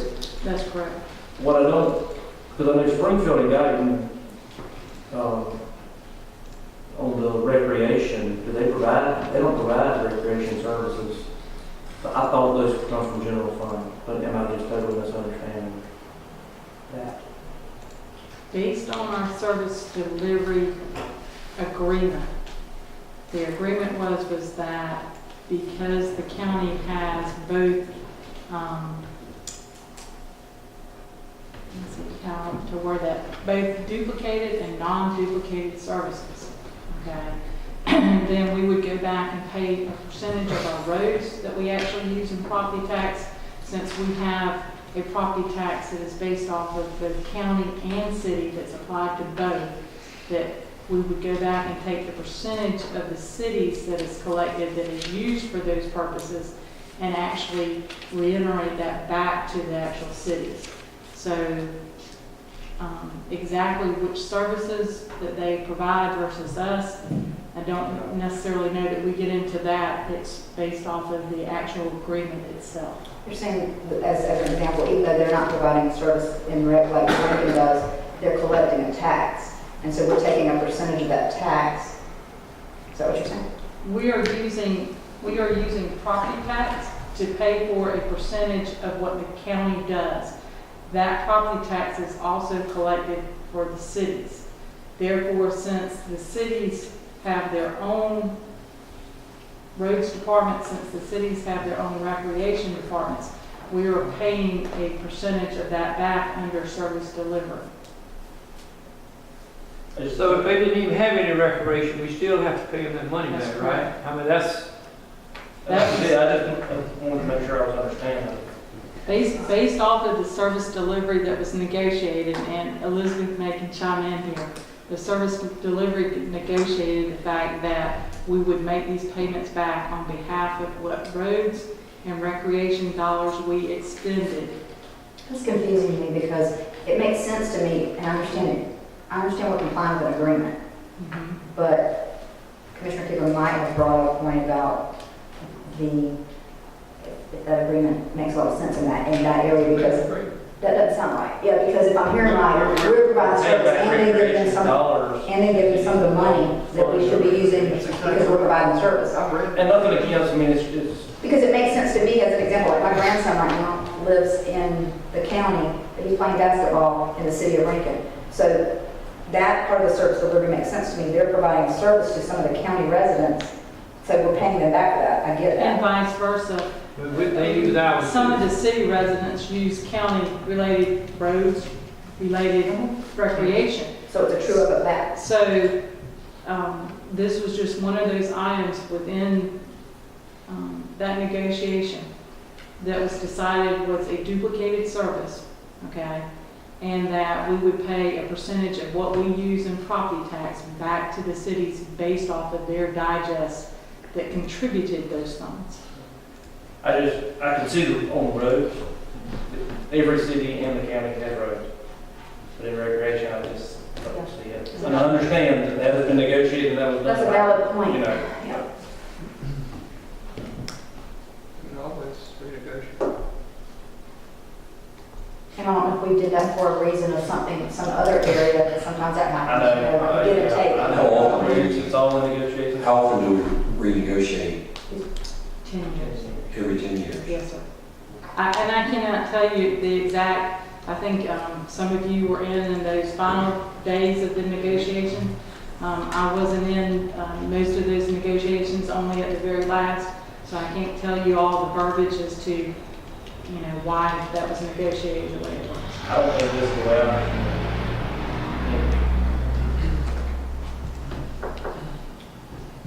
Have the cities seen this, or is No, this just sir. our side of it? It has not been distributed to the cities yet, hence the request up to. But we needed to do it by the end of the month, and this was the meeting that we had. So that we're in compliance. And Yes. And the up to is only a few additional, so that if something changes more so than that, we have to come back to it. Correct. And as part of our new financial policies, as you recall, normally this would be a regular distribution, but we put a limit on those, so we're bringing it before the board. So it'd be up to 392 and it possibly could go up to 400,000. I haven't seen much change when they've reviewed our spreadsheets, but I was leaving a little bit of a. It could be that's good. But They might find something more take less. the money is there. That. It's budgeted already in the current 51. That's correct. All right, somebody give me a motion. I make a motion that we approve the disbursement of 392, 275, 22 up to the 400,000 alternative number one. Second. Motion and second, all in favor? Any opposed? So carried.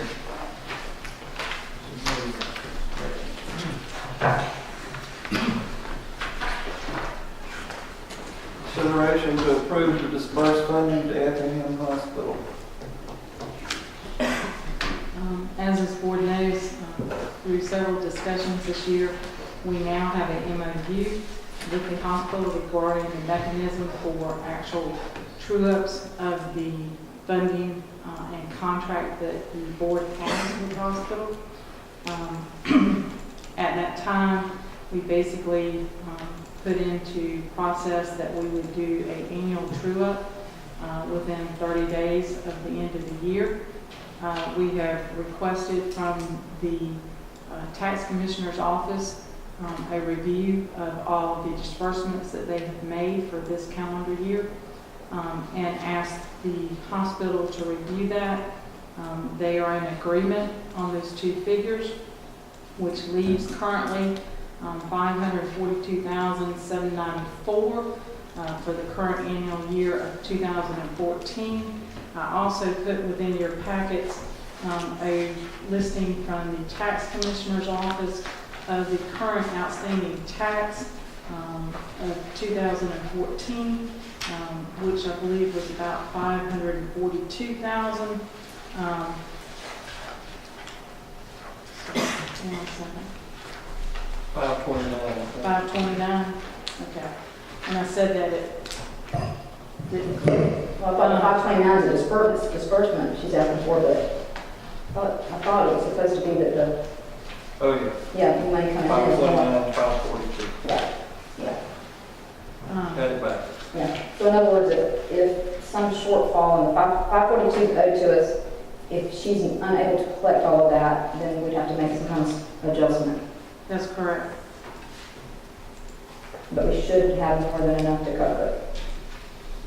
We're just fronting it because it's not all in it. That's correct. You Now, know, also, the tax commissioner, when they collect money, are they going to start sending it to us? not in this current year. We will not do that until we actually levy the tax, which will be in June, and then we will begin to do that. As you recall, we asked them to set up a separate account. So this $542,000 from the tax commissioner should be going into that special account so that we can track that as a separate amount. The actual disbursement to the hospital is $529. We will also then, at each one of those quarters, need to provide that $300,000 per month. So we will need to cash flow that until such time as we begin pulling that property digest to the county. And you have that allotted somewhere where you show that we can cash flow.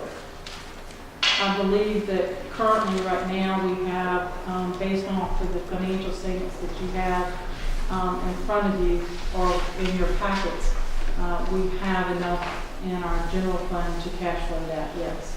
And that's where this payment, and maybe it may say this in here, I might have missed it, but that's where this payment's coming from right now already as well. That's correct. And then we just simply reimburse it. That's correct. Okay. The difference will be that when we levy that tax this coming year, we will need to levy enough to cover the entirety. Okay. Say that again? When we levy the new tax within June, Yes. we will need to levy enough to encompass the entire 3.6. To our general fund. And we've been levying enough to encompass what? Depending upon what the digest does, Right. we may need to increase that levy a little bit.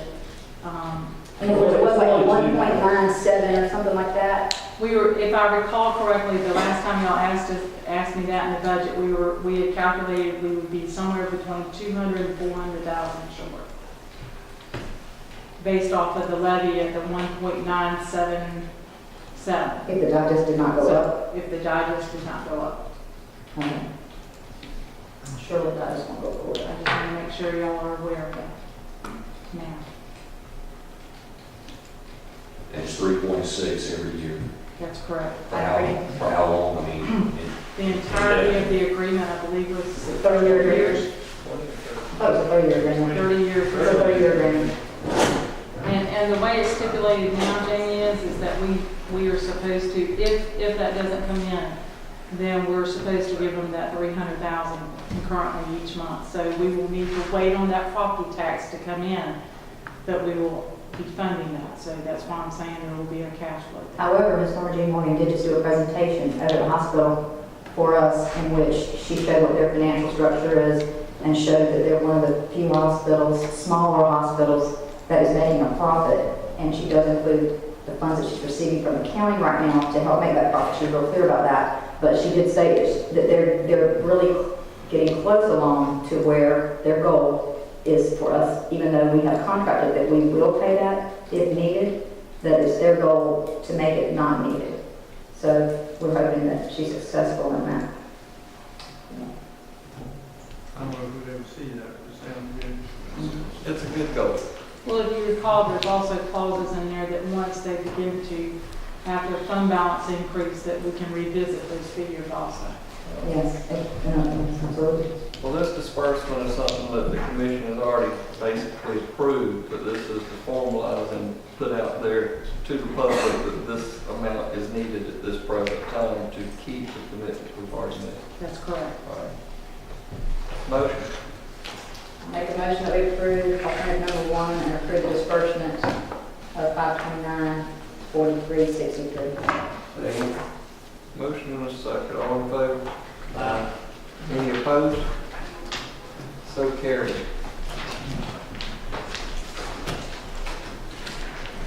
Next item, consideration of appointments to approve appointments to the Joint Development Authority. On December 9th, the board approved a resolution creating and activating the Savannah Ford Interstate 16 Corridor Joint Development Authority, contingent on the IDA approving an intergovernmental agreement agreeing to pay for expenses of the Joint Development Authority. That agreement was approved by the IDA on December the 18th, 2014, and it basically specifies that the IDA will be responsible for or pay all costs associated with Joint Development Authority and normal operations, as long as one of the two appointments was an Industrial Development Authority board member chosen by the IDA board. The IDA board, through email from John Henry, I don't know if it's their entire board, but they basically asked that the chairman of their board serve as one of those two appointees, which will if y'all do that, we'll have them pay the cost associated with it. The resolution states that one of the two appointments can be a member of the Board of Commissioners, but it doesn't have to, as long as they're a taxpayer residing in Effingham County. So one has to be an IDA board member if you want the IDA to pay for it through agreement with them. The other has to be a taxpayer residing in Effingham County, but the first draft of the resolution had that person being a member of the commission. The later draft suggested it could be, but it didn't have to be. One of the two members appointed is a 2-year term, and the other will be a 4-year term. And after that, all will be 4. They're staggered, half of them 2 and 4s. So I suspect y'all will have to decide which one will be 2 and which one will be 4. 2 meaning the IDA board member will either be a 2 or 4 year term, and the other will either be a 2 or 4. So basically, you can appoint. You don't have to appoint an IDA board member, but I would suggest that you do because that covers the cost. This is also, this particular development authority is not like the other. Our current IDA continues to operate. They're the entity and the vessel that's out there soliciting and looking for projects. This is really a shell up until the point that there's a project large enough that would warrant regional support, at which point that project will come to the Joint Development Authority if you're still looking for participation from more than one local government. At which point, nothing can really be done without this board approving resolution of intergovernmental agreements with the others. So it would certainly be my suggestion that the other appointee be a member of your board, because ultimately you won't become involved in it anyhow. I don't know that I see a point in having someone else, but then just have to come to the board and be that appointee. So again, up to y'all. Neither could be board or IDA, but I would certainly suggest that one is IDA so that they pay the cost. And again, it's just my recommendation. Totally requires we have to appoint one IDA member. If you want them to pay the cost. If you don't want them to pay the cost, you don't have to. But I would suggest that We specify that. correct, so that they cover that cost. I think our chairman would be a good one for the commissioner, for the commission. And again, on the IDA board, I would caution y'all, please appoint a position, not a person, because all 5 are up for reappointment, and should they not be reappointed, it'd be better to say the chairman of the IDA board. The chairman of the IDA, not a person. Yes, sir.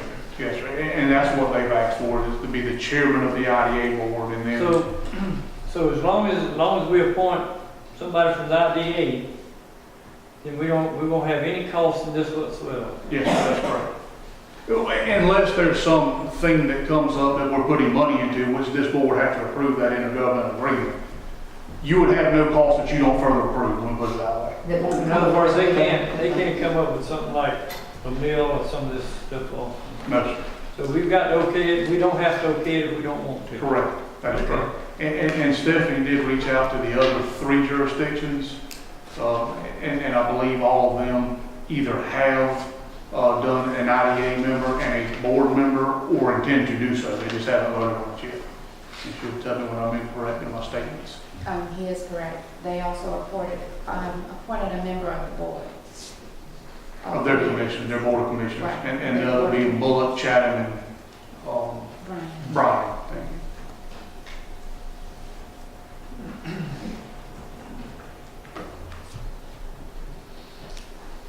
Is that something that they're interested in?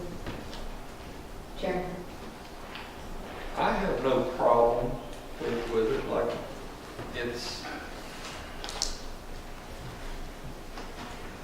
like you say, it's just a shell unless something comes down the pipe that's going to be involving 2 counties. Do we do the same, we just say chairman of the board of commissioners?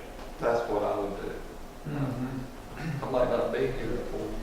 Well, you can do the 2. You'll be here for 2.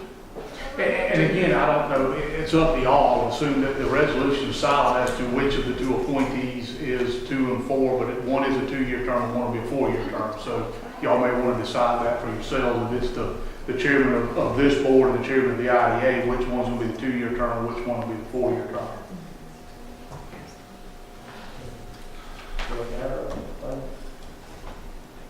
And like I said, after the initial terms, it'll all be 4. It's just a stagger initially. They want to be staggered. Yes, sir. You want ours to be 2 the first time because our chairman's term has 2 left. That's right. Might make no sense. That would make the most sense.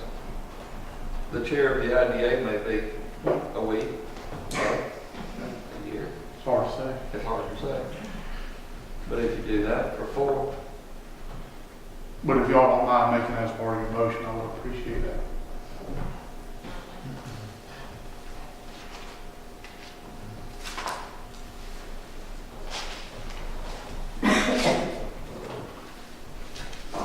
I'll take it. Make the motion. And I'll just say, I know that we've had some citizens show some interest in possibly serving the board, but by all the recommendations made to us, it does seem to make some sense that because of the level that we'll have to be involved, that it's one of ours that's on there. So that was the only difference in consideration on that. If you want to say that. Well, I'm going to presume that there's some of these things that are confidentiality based, just like, not to say that somebody not on this board would not be able to deal with, but most of those things come to this board in one shape or fashion anyhow, so it would seem to make sense. So Chairman, you want a 4-year term or 2-year term? 2, 2-year term.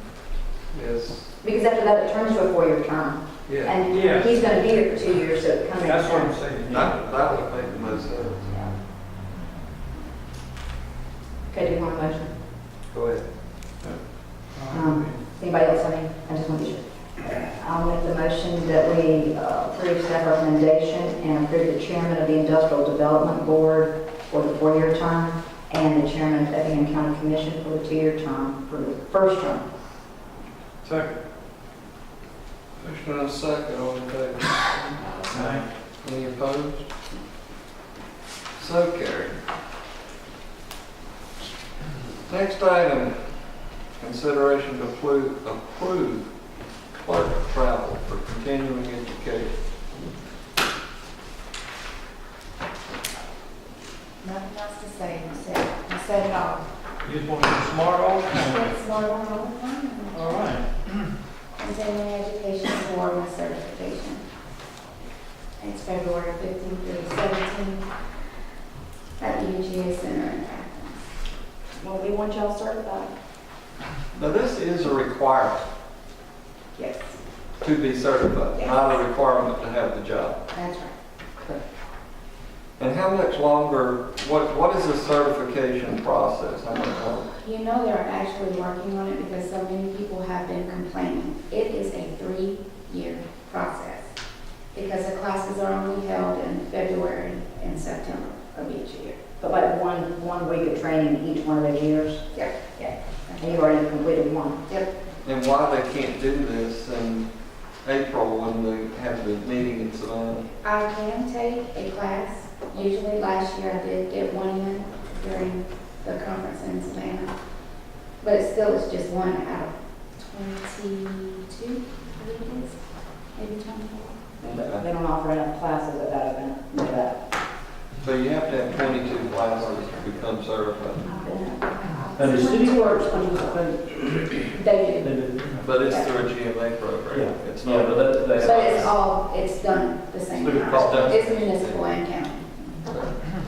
And I cannot remember off the top of my head, but there was some type of benefit or something that if she was certified, she'd be able to do, you know, that they're not certified, they can't. There's benefits to it. Well, I can certify her. She's certified. And according to the state, All right, somebody give me a motion. Make a motion to approve. Motion and a second to approve, all in favor? Any opposed? So carried. Next item, consideration to cancel the April 7th, 2015 commission meeting. My name is Sarah Cosme. Speak on that.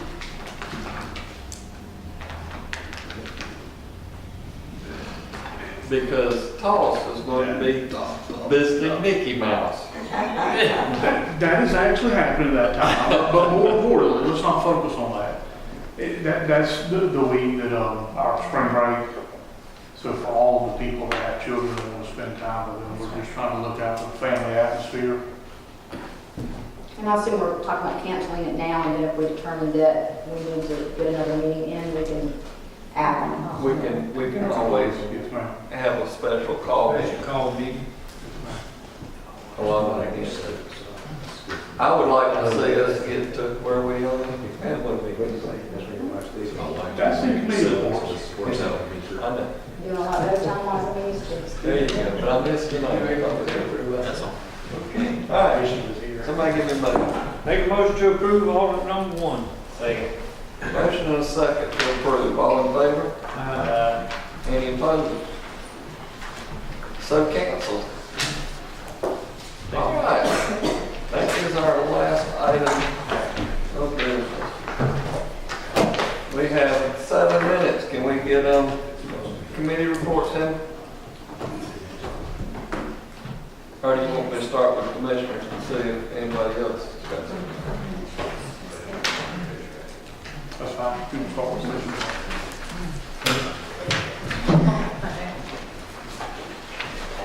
Does he realize I'm not in there? I don't think so. Yeah, if you want to start with commissioners, you can share with us. How you want to do that? Reggie, you got anything? No, I don't have anything. I'm happy. Mr. Jamie?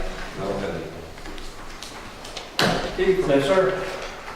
I have one thing, and I wanted to touch base about the Republic waste and the cleanup in Westwood and exactly kind of how that occurred. I had a few complaints, a couple different complaints. Both cases on Friday night about people's trash, and I was able to send a message and to the manager at Republic, and he got those things corrected. And in doing so, he sent me a message and asked if I would meet with him so he could tell me about the different things that Republic is doing to improve their service at Effingham County. And he went through a lot of things that they've done to improve their trucks, improve their training, a lot of various things. In that 3-hour meeting that we ended up having, he offered some additional services to us, and he did definitely state that it would not affect any of the other services that he's already providing, as far as because they were going to offer this benefit, they wouldn't take anything otherwise away. But he offered doing a quarterly cleanup in Effingham by providing one of his roll-off dumpsters somewhere, or and/or a couple of employees to help clean up as well. So in that process, while we were talking, I said, well, I have actually been speaking at the Homeowners Association at Westwood, which is, I believe, the oldest subdivision in Effingham County. And they've actually requested, because it's something that happened many, many years ago, about seeing if we would be able to provide a roll-off in there one day and have a cleanup. So I said, would it be possible to do that in person? He said, yes. And so I wanted to bring that to the board and let you know that's been offered to us. And I did go ahead that day and take advantage of establishing and getting the first one done.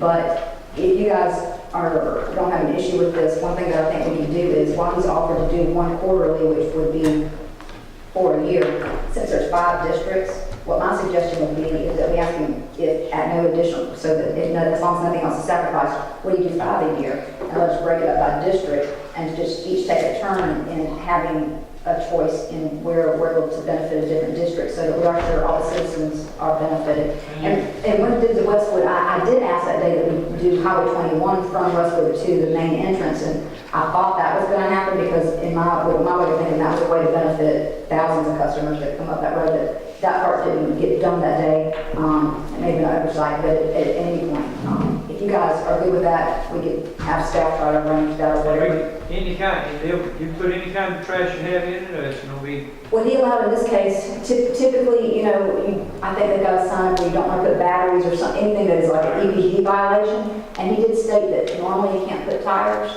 but he was allowing that because he was going to actually separate them out and take care of doing something with that himself. I don't know if he'll do that on every time or not, but we might have to just talk to him about that. But if everybody's interested in that, then that's something that we can have staff get with him on, and then we can vote on a rotation. Sounds good. That would be wonderful. I think that's a good initiative. But it would be good to do it by this. I think so. I want to be here, absolutely. And I would if he was agreeable before. That was my thought. That was exactly my thought. Like, why not get them all tried and done in 1 year so that every year all 5 districts benefit? Knowing you, I bet you can talk Get her her. into it. Correct. No, that's positive. Thank you. And that started, We met in December, and because it was so close to Christmas, he said, 1 week in January, and they just did that. And it was a huge, awesome plus for the citizens in Westwood. He put 2 dumpsters in there, and he had some employees. I took pictures of it on Facebook. But he filled up both dumpsters got filled up the first day on Saturday, because he dropped it off that Friday night. Just So people bringing the stuff. anything from just cleaning up that neighborhood. It's about neighborhood cleanup, so it was a really good positive thing. And because it was on Facebook, I mean, it didn't have to be just limited to Westwood. Anybody in the area could bring something. But they filled it up and they went and emptied those, and then they filled them up again on Sunday. So it was positive, really. That was a lot of trash. It was. It was. that it? Bart? Oh, come on, I'm telling you, good. Any other staff besides cost? We're gonna say cost for life. Killing time, it's 7 o'clock. You don't have to do this. I know. Cut me off the next year. I've got a couple of things. Just reminders on the hospital board. Those of you that have appointments that are expiring in February. If possible, we'd like to get that on the next agenda for February 3rd. Have there been any discussions? We want clarification on Oh, that. it is. Mine's okay. Where was it? Mine's okay. I think mine's over there. 3rd and yours, first district. Because the folks. That's a 4-year. Whenever he was appointed, I believe he was fulfilling an expiring term. Okay, maybe that's because that was one of the first things that I did when elected. Okay. That's something that. It has been advertised along with some of the other boards that are expiring. Have you heard anything back from any of them? I read it. I've heard from Mr. Sillers, he's interested in the IDA board, but nothing on the hospital board. Nothing on the rec board. But from what I understand from Clarence, those that are currently serving, they want to be reappointed. I would still like you to prepare a list of every board that we appoint and put their names and when they expire. I have it, it exists. I'll forward it to you. You may not have a copy. I don't have it. Yeah. Okay. That'd be I'll forward good. it to you. If you would please email that to me and everybody else, Yes, sir. Everybody, sure. and that way, I think, Did you say the whole list? Because that's what we need. The whole Yeah, We need a whole list, yeah. It's the every list. board that we appoint to, the names and their expiration. We need more time because it's hard to get people. Right. So we can actively start looking. Because sometimes when we get an expiration, we gotta fill it the next month. I mean, Hard to find sometimes I somebody. don't know that we do a thorough enough process to put somebody on a board that's gonna be there for 4 years. And very quickly, just for your information, I did go online and pull your training profiles. I have a copy of that for each of you so you can know what classes you have taken so that you can have time to review and consider which classes you're going to take in April or, You gonna Mark. get those to us so we can yes, sir. Yeah. figure out how many of them we can get in April while it's here in Savannah? Because don't we have to have 17 hours a year? 18. 18? Why in the world they can't do 16 so you can get it 2 days? Same reason they can't give a clerk certification. money. in Monday You can through figure it Thursday. out. It's money, it's revenue, I don't have to be, yeah. Someone All will right. talk to you for 7. You got something else? No, sir. All right, time's 7 o'clock. 7 o'clock. Planning board.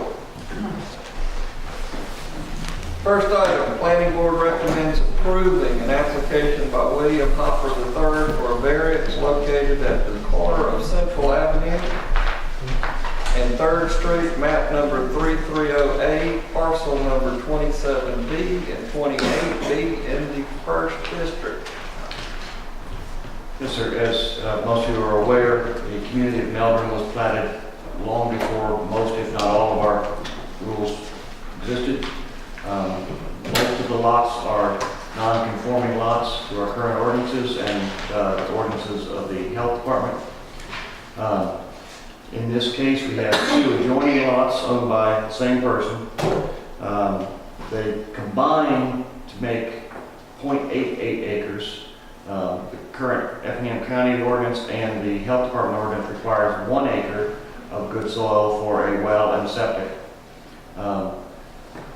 The health department is agreeable to allowing this to be a buildable lot if it's combined, and staff believes it will be an improvement to have a buildable lot there as opposed to 2 empty lots. It meets the health department's previous rules that it changed. It went from 0.75 to 1 acre. I think it's about 8 or 9 years ago. So they are willing to make that stretch for the Melbourne area and some other areas where there are property owners that are willing to combine properties. So staff and planning board recommend approval of this variance. The health department's already done a soil survey, everything they know that they can do I that. believe so. Yes, the Hoppers have spoken with the health department. They've taken their soil test there. All right, public hearing. Anyone here wish to speak for this? You need a comment there? or just- Please come up, state your name for the record. Okay, my name's William Hopper. This piece of property's been in our family for probably 50 to 60 years. I was probably about a 10-year-old kid, and we came up here and spent summers in Melbourne. We originally had a house on it. It was an old house. So the wife and I, my wife's a Salzburger descendant, you know. So we have strong, you know, ties to Effingham County. We hope to retire here, and that's where we want to move to. So I'm hoping that y'all will approve the variance. All right. Okay, thank you. Anyone else here wish to speak for? Any against? First District. I'll make the motion we approve based on the planning and staff recommendation. a second. All in favor? Any opposed? So carried. All right. Definitely an improvement. Next item, Planning Board recommends approving an application by William Hopper III to rezone .88 acres located at the corner of Central Avenue and 3rd Street from AR1 to AR2. Map number 330A, parcel number 27B and 28B in the 1st District. Yes, sir. This is taking the two non-conforming lots, putting them together to create one still non-conforming, but now with the variance legal lot. And it will be AR2 as opposed to AR1. Since we're creating a new lot, we want to get it as close to conforming as possible with the zoning ordinance. AR2 is the 1 acre and above zoning. Just for my information, why can't this be done in one instead? I don't know. Is that attorney? I don't know.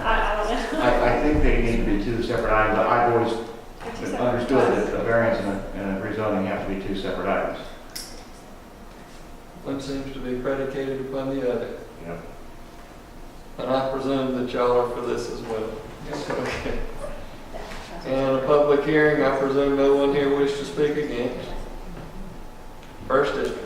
I make a motion that we approve based on the planning board's and staff's recommendations. Second. Motion and a second. All in favor? Any opposed? So carried.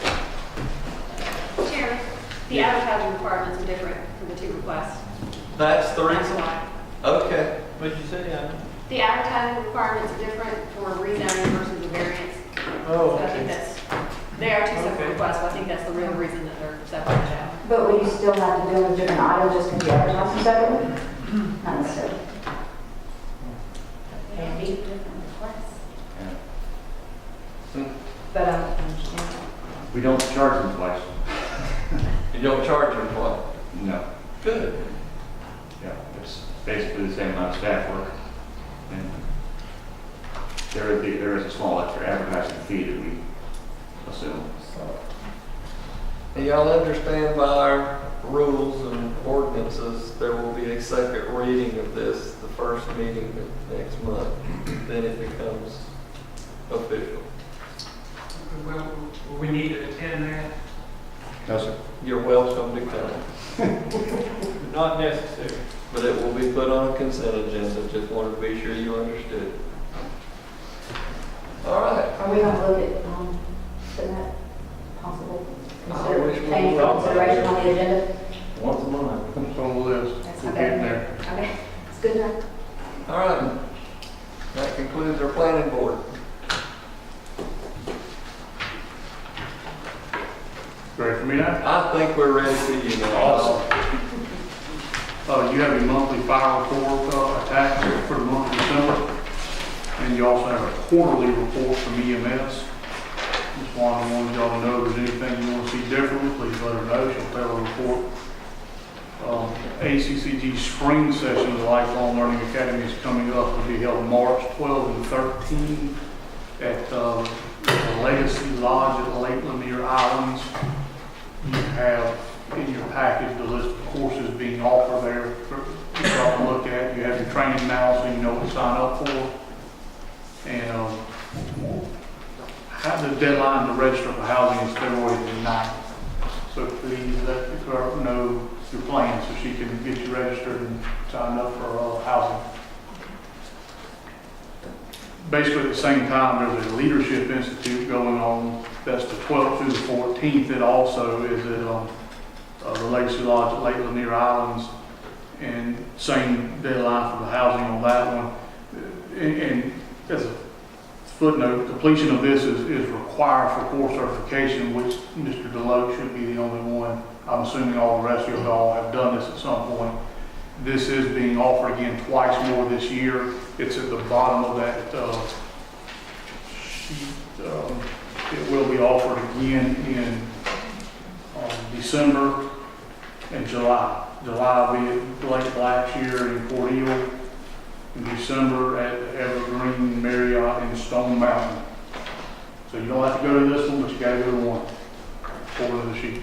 I'm not going to be in Savannah. No, not according to what they have here, there's only 3 being offered. It is required for core certification. What are you looking at? There's one that says lifelong learning academy leadership. It's got sort of a blue top on it. The report, same thing you're looking at, it's down further back in there. Yeah, there's not page numbers, but if you go in there, it's a blue banner across the top. If you look at the very bottom, there's some small print, which actually is small print in this case. And it tells you it is required for the life core certification, and it gives the upcoming dates and locations also if you don't want to do this one. But you have a lot broader gamut to fulfill than the others of us in order to be certified. So again, you should be the only one that has that issue. Everybody else is taking it at some point, but, so one of those 3, you'll need to look at attending if it's not this one. IDA board appointments, there are 5 positions up. I remind y'all, those are appointed by GM district, not by commission district. And somewhere in your little packet, you should have a map up there too that shows the general election districts. Also with the commission districts overlaid on that, also they don't line up perfectly in the locations where each of you reside within those. So y'all can start looking at how you want to make those appointments.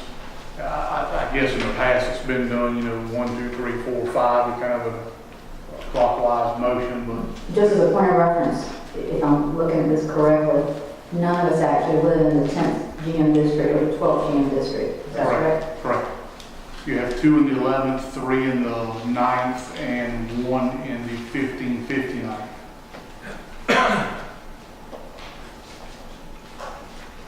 Did we ascertain whether or not a city member of this board is allowed to sit on the IDA board? You can, but as Toss and I discussed, and I'm not sure if the discussions were communicated to the rest of the board, there are considerations with confidentiality and the appearance of a conflict of interest. There's nothing legally prohibiting a sitting county commissioner from sitting on the IDA board, but that's just something to keep in mind. If something comes before the IDA that you have to keep confidential, but would be something, for example, that the rest of the commission will be interested in, or that the taxpayers that you represent in your district, it would be something that they would need to know, that might create a conflict, at least internally, as to what, where do the loyalty lie. So it's just something to keep in mind, but you certainly can sit on both boards simultaneously. Are there things that, because I was trying to think if there was anything that they vote on that they then bring to us to have a final decision on, or we're a judge of, and I couldn't think of anything like that. I can't think of anything. The only things that were coming to mind as I was thinking of this earlier would be perhaps like if they were attempting to bring, industry in, or a big new employer, or something that maybe could impact, like, county extending water and sewer out there, or something like that, where there would be a overlap between board decisions and IDA decisions. Or to some degree, PILTs or Right. tax abatements. PILTs normally go to the Abating school board. taxes that we live. Well, I didn't mean that. I mean, normally they go towards the school board, the PILTs go there, and so you could on that board say, no, they need to come forward to the county, rather than the school board. Well, the bottom line is, I would like to know whether we can or we can't. And then the next thing is there any commissioner on this board that wishes to serve? I think she said we legally can, but it's not advisable.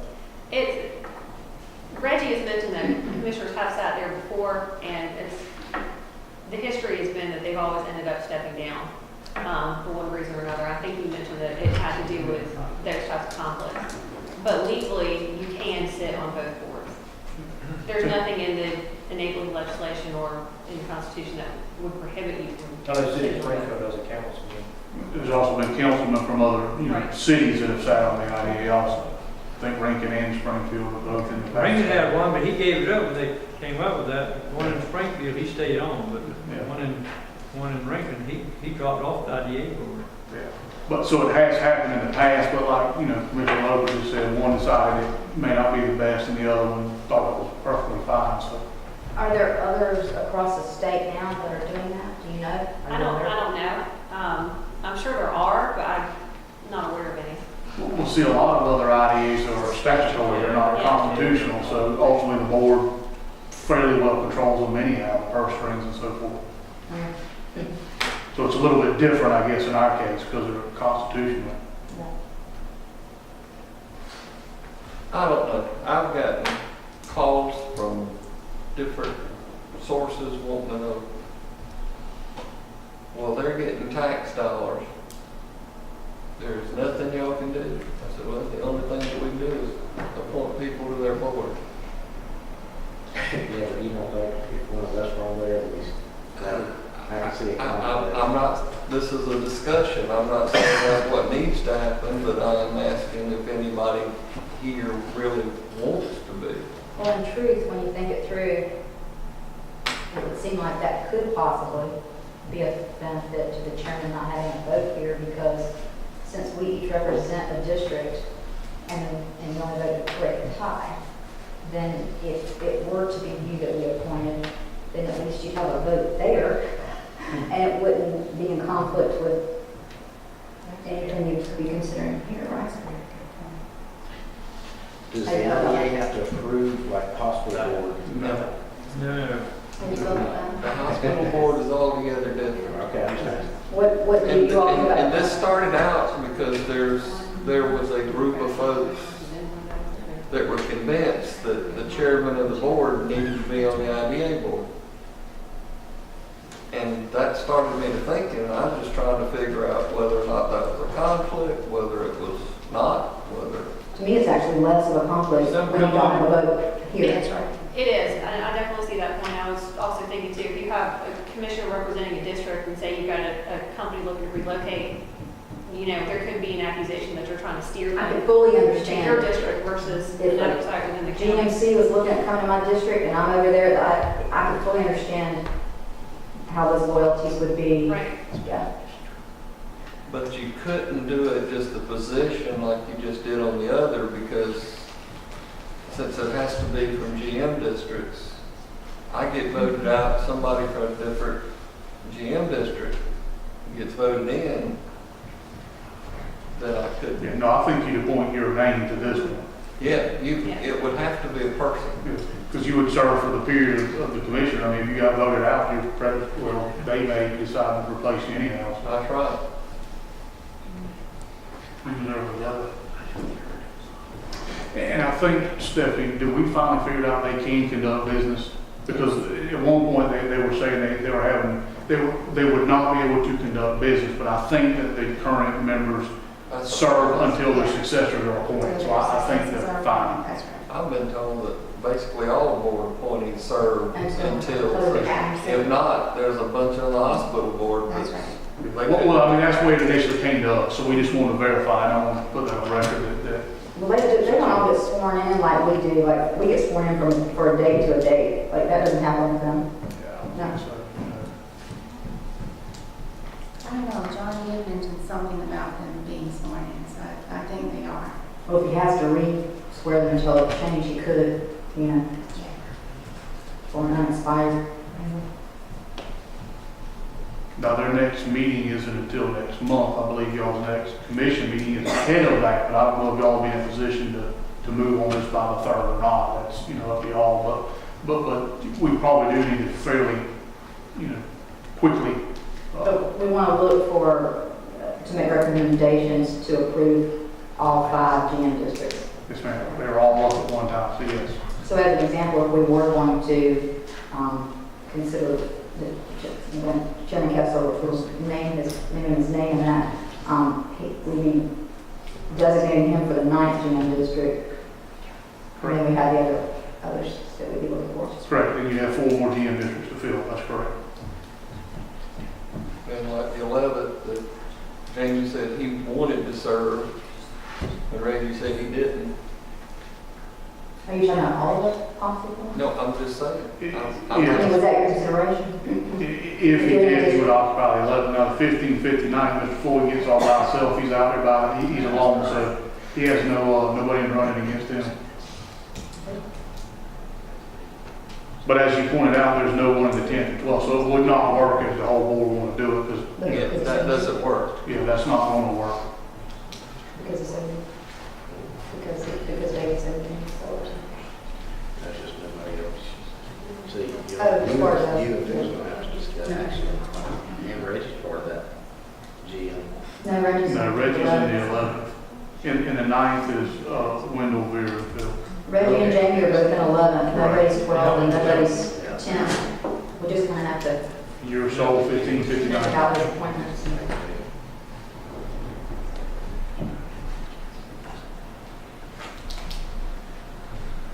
So however y'all want to make that decision, I just gave y'all that so we could have this discussion because it is per GM district, so y'all can start working through that. And this is only for the IDA. That's correct. On Friday, that's I'm correct. still trying to figure out conflicts. I don't know. Well, it's less so for you as the chairman, but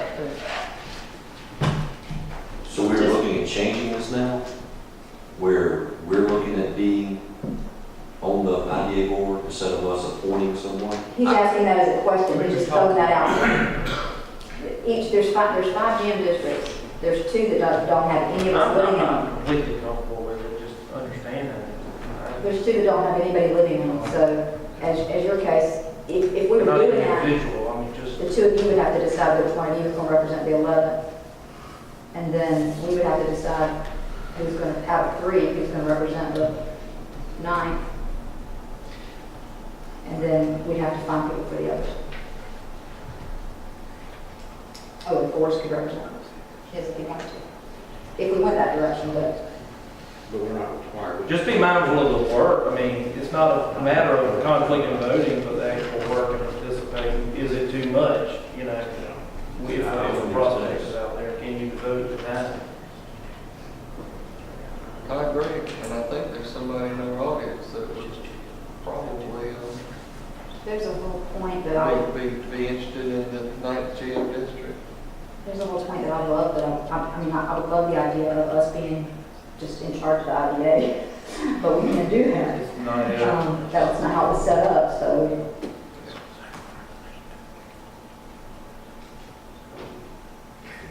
That's going to be I would just I never like take me it. on my being. Most of They the might like time, it, they might wish we were too. I mean, they bring us in a lot of times before it gets too far down the road for them to back out of something. But you're mentioning about what citizens say a lot of times, because they come to us, or even the news media, a lot of the TV channels, they'll come and say, what do you, about this money that's being spent? And I'm like, we do have an appointment there that's voting on that, but we're not even voting on that. And half the time, that information has not even been presented to me. Which is a good barrier sometimes to be able to say. You're not on that board.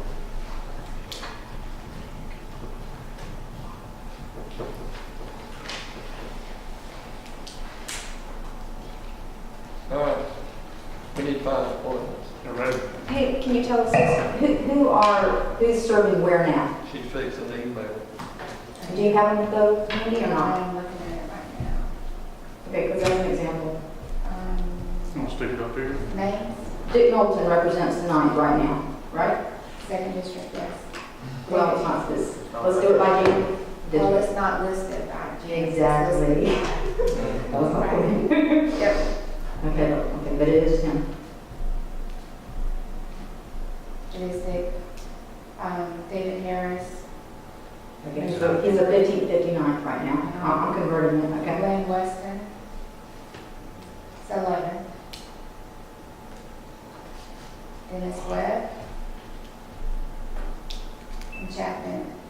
Where, okay, where is it?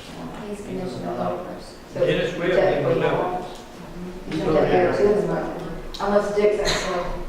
Just you know, I got you up here. It's gonna do Not it. Dick. Okay, that's what that is. Yep. What is that? Here they are.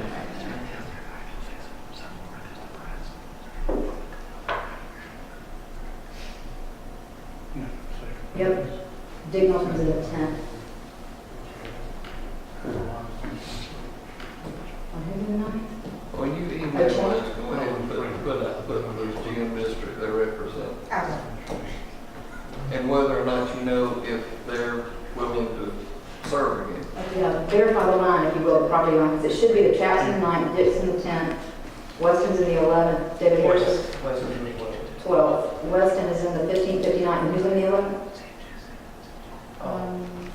Web Yeah. and, Okay, that helps us, because some of us may want the same back, or maybe one or may not really want and all that. It's part of the thinking process. Okay. All right, Are we good? that's it? No, Oh, not at all. Moving right along. The Springfield Revitalization Association, I believe, they could be a committee, I'm not quite sure what the proper name is, has requested, you don't have to fill, you know what that Springfield Revitalization is? That is RC. That's RC, so it's not an association. Committee, I guess, council, anyhow, a group that's interested in revitalizing Springfield would like, has requested the use of this blue house that sits down here. That currently, I guess, is the CBB or the Veterans Park, Veterans Park occupies. CB, yeah, we had one time, and then the Veterans Park has got an office in there also. Yeah. They basically would like to set up shop in there if y'all are okay with that. Take up one of the offices and move some files and storage and so forth. It's one of the buildings that's currently occupied, like I said, by the Veterans Park, has an office that they use periodically. Other than that, we don't really have a great need for the facility. As we go through the master planning, that may be one that we can look at doing something else with, but it's up to y'all. For the time being, we wanted to ask the board, because once people get there, they tend to grow roots. Well, what's the legality of, I mean, is there a contract, or we just let them be in there, and what do we? I think we could draw up an agreement, kind of like with victim witness for the use of the space, and like the other, I guess, charitable organizations that we let use space basically for free in exchange for them providing a service to the community. We could draw up an agreement. I think what we've said. And taking pictures on the front door. Yeah. Convention Business Bureau, we've had it 5-6 years. Yeah. And the problem in that particular facility is you pay insurance and you pay the power bill and you pay the water bill for a little bit of usage. What we suggest is they can just come out here and use this facility that's open anytime they want to. The only issue is they can't set up residency there. They'd have to bring their things with them. They can't have storage and so forth. So They can use for meetings, but not offices. and I think they're now utilizing the Springfield. Is that what y'all mean? I don't mean. Oh, okay. You don't. Yeah, no. I thought you were wrong. No, I'm on Chamber Transparency. Okay. Where is it? Gotcha. If the Springfield RC, why are they not attempting to use something? I think they do meet in Springfield council chambers, you know that? And I think the problem is they just can't, again, be permanent there. They can't set up their files They in can't set up the boxes. files and all of that. Yeah, because they have to be transient, and that's the same reason I don't think they want to use this. But at the same time, that's what happens when they set up files, it becomes more of a permanent fixture. Personally, I say no. The question for me is, who do you say yes to and who do you say no to, and how are the citizens Until barely we have a represented set in that? policy in place, what it's gonna cost, what, and who, I say no. Well, the people that are in there now, I can't answer you. They've been there, what'd you say, 5 or 6 years, Mr. Ray? They've been there a while. 6 or 7 years. 6 or 7. So I don't know how that came about. But going forward, we're trying to get these people out, like concerted services. I think we have the opportunity to move them. Well, there's certain ones we have to provide. And then we could just close that building down. Yeah, we have to provide space, but again, in my way of thinking, it's better to do in a building we're occupying anyhow, rather than one that the only reason that it's open is for that particular use. Because we don't have to pay a light bill and stuff like that. Correct, water, lights, we had to go over and drip the faucets, keep them from freezing, they have to heat, all those things that have to happen. From a facility standpoint, when the air conditioner goes out, hypothetically, we gotta go fix it when the roof leaks. Does anybody disagree with me saying that? I think it's a fine line, but skating. Move on. Previously, we've had I'm about to talks, say I'd rather surplus it than let the city Springfield. and we'll talk about the building master plan. There's certain buildings that we can close down and move away from if we do certain moves, so that's one of them. Previously, we've had at least brief discussions on changing the makeup of our planning board. namely going from a 5-person board to an 8-person, from an 8-person board to a 5-person board, really just to eliminate 3 additional people that we have to appoint to a board. There's 3 additional people we have to find. George has prepared some amendments to the bylaws and the amendment to the actual ordinance that creates the planning board. Those are in your documentation. We'd like for y'all to take a look at it. But in going through and studying it, he's found that we were way off the base on how we were operating. Our bylaws were probably created in 1956 by the looks of them and haven't been updated since. So there needs to be some amendments regardless. And the amendments, there should also be a letter from our council in there because we asked the question, the bylaws say they can be amended by the planning board. Well, what if the planning board chooses not to amend them? And there's some legal guidance in there that basically y'all can fix that and start with the ordinance. The planning board is there at our election anyway. Yes, ma'am. So we could scrap them and start over if they don't want to. And I think that's basically what the attorney said. But we wanted to ask the question and we want to provide y'all their answer. That should be included in your document. Is this about makeup and the composition? Well, mainly that's what we're talking about. Now, George has fixed a lot of things. For instance, Why wouldn't we do the same maybe with the rec board? I don't know if there's more, because I think the city still have an appointment just to streamline everything. they do, and if y'all like for us to bring those bylaws up and y'all take a look at them, we can certainly do that Let's also. start with the planning board and then look at all the others. Yeah, because I think y'all also said you want to see all the boards, all the appointments. We could certainly bring all the bylaws. We'll do that. We'll start working on those also. But for now, this one's in front of you, and there are some other things in the bylaws, like I believe there was a member of the planning board that was the secretary. Well, we haven't done that quite so now. We have a staff clerk type position for that, and other things like that. We just haven't operated that way in quite some time now. If you'd like George to go over them in detail. Rewritten and presented. Clean them up, highlight them. Well, they're in front of you. Yes. I think procedurally they need to go to the planning board before they come to y'all. So we wanted you to see them before we took them to the planning board. So if you don't like what we're proposing, please let us know. Then we'll take them to the planning board and to the board. Just highlight the changes. The bylaws, I just scrapped the old ones and rewrote them to reflect the ordinance. The ordinance, I just made brief changes to reflect a change of composition. Which have highlighted changes, but again, the bylaws are one of those that are so significant, you wouldn't have been able to read them honestly. But the original are included so you can see what they say. The original and the proposed are in there.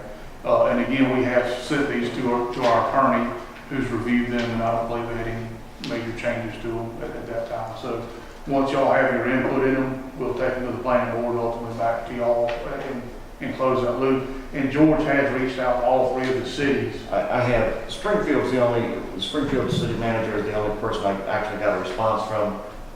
The city manager is perfectly fine with us eliminating the Springfield recommended spot. Neither of the other 2 cities have responded. Spoke to the city manager of Guyton and the planning director of Rankin, and just haven't gotten a response. I think the city manager, Lincoln, is out of the country. And I know the Springfield, as you're saying, he was here the night we talked about it, and he was shaking his head. Did you say the changes were in here? I found that they're in here and they've got lines. Okay. So what you're wanting us to do is read this, give you input. Yeah, if for some reason you want some other changes, please let me know about that too. But we've had some trouble filling some spots on occasion. We had trouble on a couple of occasions having a quorum. So it might be easier if we just had the 5 spots as opposed to the 8. Why would the cities I don't know why the city have a spot on the county? would have one anyway. Evidently, We don't originally, have one on there. right, that's why they no longer get involved in appointing that position. But Well, we cut them off. yes. I think one other item notable to mention is in the previous bylaws, a commissioner was appointed as liaison to the planning board. That you might want to consider if you want to continue. But they were like an ex officio member. I think. Yeah, Just liaison, they actually sat on the planning board. Which they did. But nobody's been doing that. No. No. Well, and that's the whole committee thing. I want to talk to y'all about that also. That stopped with the AG's ruling that I would like to reinstate. I think we should start publishing these things and move forward, but that's another topic for another day. Because those things are beneficial.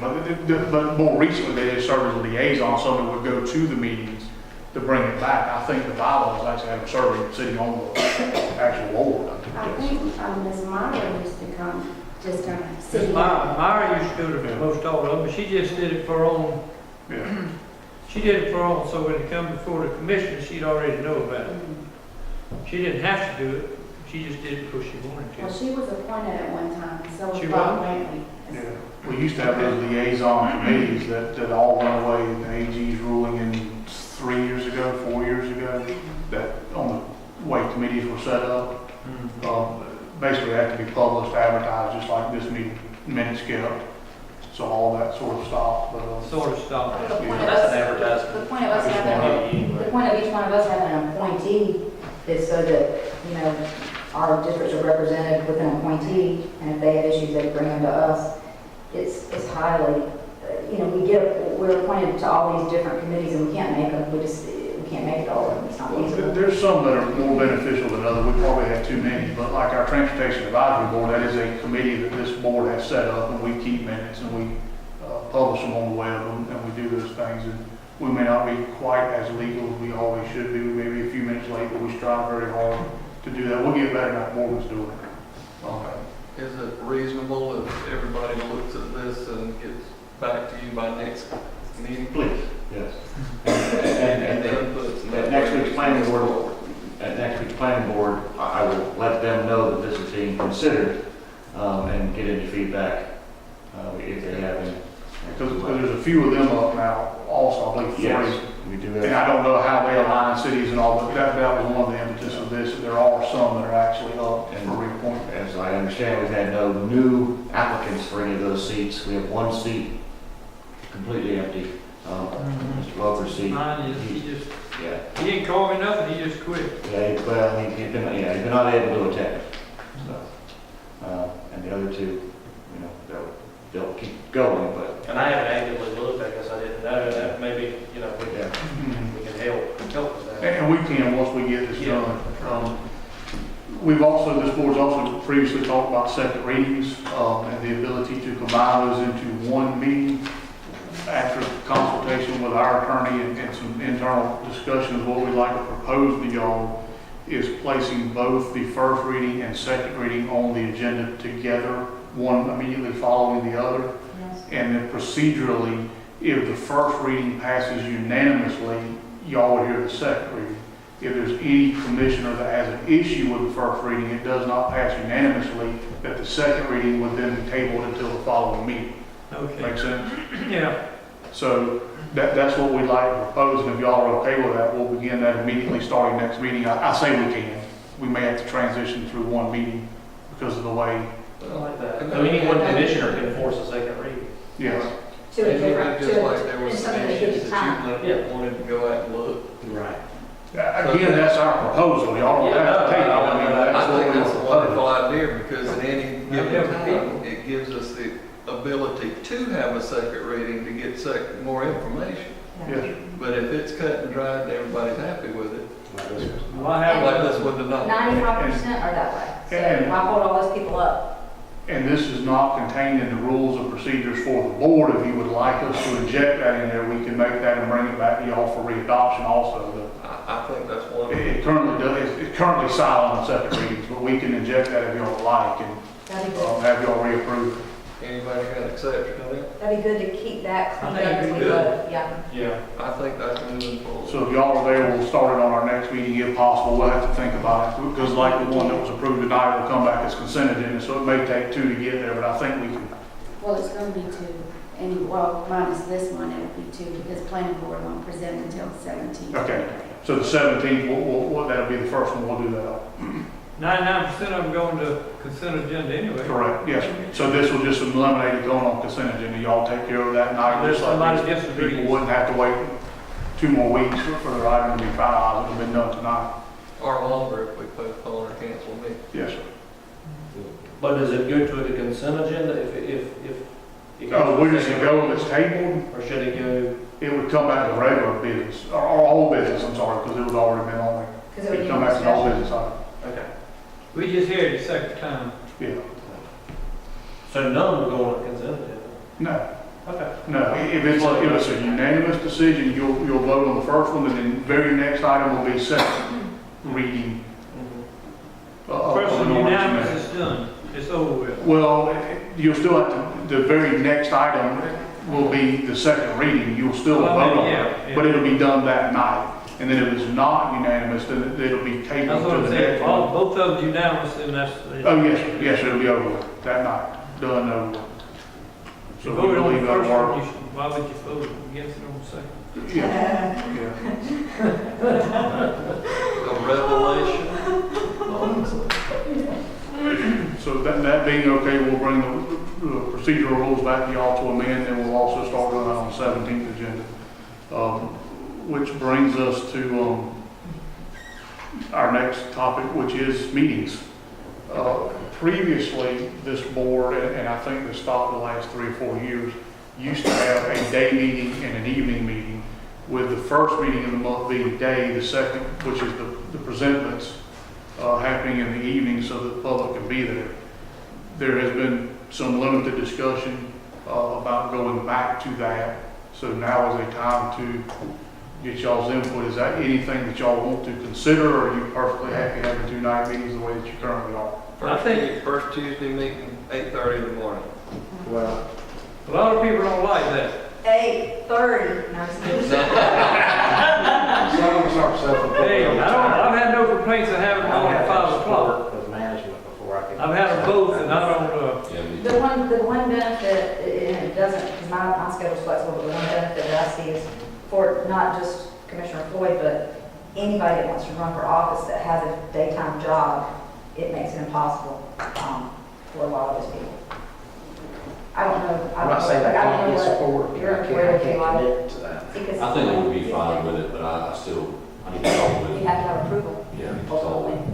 talk with I think the afternoon meeting has been working good ever since. But I didn't think I'd like it to start with, but I got used to it, so I'm fine with the See, afternoon. once upon, and I'll just say, I'm good. I'll just say, once upon a time, you would see all these boards only had retired people on. Well, there was a reason for that. Just like, and that was because most people with a job could not take off, 6 or 8 hours once a month and skip their job. It's been like this for 6 years. But I If we understand. were voting tonight, I would vote to stay where we're at. That's what I have to do. I concur. I hate to see us do it, and then, one day you have to work that day, so you can't make a meeting. Or there could be a case for Jamie and I But, can't, Frank, for some reason. yeah. So there you go. Let's leave it like it is for a while. Asked and answered. You got a chance? Blue Jay Road water line extension, y'all remember this is the design build that we did a while back, that's due the end of March. EPD approved that January the 8th. We have a pre-construction meeting. Alec emailed me while I'm in here, I don't know if he said yes or no, I'm trying to get him to do it this week, so hopefully we will have a pre-construction meeting this week, and get started on that. So we have the approvals, and we're hopefully moving forward. I'll dig the email up in a minute and give you a Who's the contractor? Griffin. You should have a financial statement for November, December. March, yeah. February. You have a financial statement for December in your package. Y'all can review that at your leisure. If you would like any input from Ms. Grant, you can do so now. Y'all have any questions on it? You just want to look at it? I'll study it and then give her questions. Okay. Call before you come. it's true. Call before you come. 2 items that are not on y'all's list, very reminded me of one with Republic. Staff has had some conversation with Republic about them potentially operating our landfill. Convenience site. I think convenience site. We do not have a landfill. Our convenience center. We don't have a transfer station. It is a convenience center. We'll have a transfer station. About Republic operating our convenience center for us, and they have given us some preliminary numbers of what it would take to do that, which is, I believe, 10.5 to 11 cents a pound. We currently charge 8 cents a pound. So they had run that up the flagpole corporate, they were gonna get back with us, and when we have some firm numbers, we'll let y'all know. But the way that would work is just an amendment to our contract. They would collect all the tippage. We would not pay them anything. They would put their employees out there to operate the site. How much would we save? Depends on where we come back. Currently, we charge 8 cents, and we had to fund the 2.5 cent deficit. Do you remember? He gave us some tonnages that I'm not sure. No, they exactly came right. back at 8 cents, exactly what we're charging right now. If we had them charged at 8 cents, we had to fund that 2.5, and that'd be the 2.5, 3 cents. Hang on, sir. It'd be personnel minus that number. No, I don't know I the said, if they come back and say they will do it for the 8 cents that we now charge. But I don't think our 8 cents is probably funded, is it? No, it's not. So I mean, we're still funding it anyway. So that's, he needs that in the equation, that's the point. He's We're trying to figure out, having to if it costs us put in more for about them to do it or not, is the question. We're having to put in about 125,000 from the general fund to, At 8 cents. But what you were saying was that's because we're paying our personnel and you would be able to make a possible shift in the personnel, is that correct? So that then you don't. We would have no personnel. under When you this. don't have that salary, Correct. so ultimately if they do it at 8 cents and we don't have personnel, it's going to be, it'll come out better. It'd be the 125 minus the difference in tippage between the 8.5 and what they're saying. 'Cause they're basically saying that their cost will be, the same as ours, they're higher than that, because that's why I put in the 125. So, I mean, somewhere south of 125, I would say. But it would enable us to use that personnel somewhere else, needed possibly or whatever. If needed. Now, what we talked to them about is them acquiring our personnel. They would just go to work for a Republic, which they were fine with. They know them, they work, they've been around here long enough, so they know who's out there. Yeah. So we wouldn't necessarily terminate anyone. They would leave our employee, but they would be offered a job with the Republic. Some of them fix to retire anyway. Yeah, and that's, yeah. Well, I won't say it here, but yes, as far as dates, but yeah, you're right. There's gonna be some retirements out there anyhow, so. So it's a good time to do it, is what we thought, when our current personnel transitioning out, and Republic saying that they would have no problem taking them on as their employees. And they said So they what are would. you asking, what are you asking about possibly putting it on for? Just tell them, y'all. You made me think about it when you said that, so I was gonna tell y'all, we were having those discussions. And I'll get back with Tim. He called me right around, I just haven't got back with him. I want to know if we needed any additional information, but I think we're waiting on them. Either way, it's positive, we just don't know how positive. That's correct, that's correct. Let me say this, we believe there'll be savings in the landfill category by moving Republic out there. We just don't know the extent of it. That's absolutely correct. Now, not counted in that number is we currently have a front end loader out there. You have to replace tires on it, we have to do, but there is one piece that they've insisted on, which is the ramps that we brought before y'all previously. They just wouldn't be the $500,000 we bought. There'll be some ability to back up. They would need that to operate it, which is how they would get away from that machinery and all. So there would be a capital cost that's not in the short-term work program. Or it is in there. It is in there. So we would have to fund the improvements of some sort of a ramp up to the cans so that a person could back up and dump them in there. It just wouldn't be as large as what we originally contemplated. So I'm just telling you, tell y'all we're having a conversation, and it'll fulfill itself a budget. Last thing is the sheriff would like to have an open house on his new sheriff's office. He's already done one for the jail on February the 8th. That is a Sunday, 3:00 p.m. And what he really wants to know is, does that work with y'all's schedule? So if y'all could please look at that, let us know. If y'all are okay with it, we'll tell him so that he can go ahead and finalize that date. 3:00 p.m.? Yes, sir, 3:00 p.m., February the 8th. It is a Sunday afternoon. Okay. So, but of course, that's coming up pretty soon, so we need to know post haste, or else he's probably just going to finalize that date. Does anybody, wasn't ACCD's way to display this day on Monday, the 9th, or Yes. the 12th? It No. was the night. Anybody going? I was, but I changed my mind. Okay.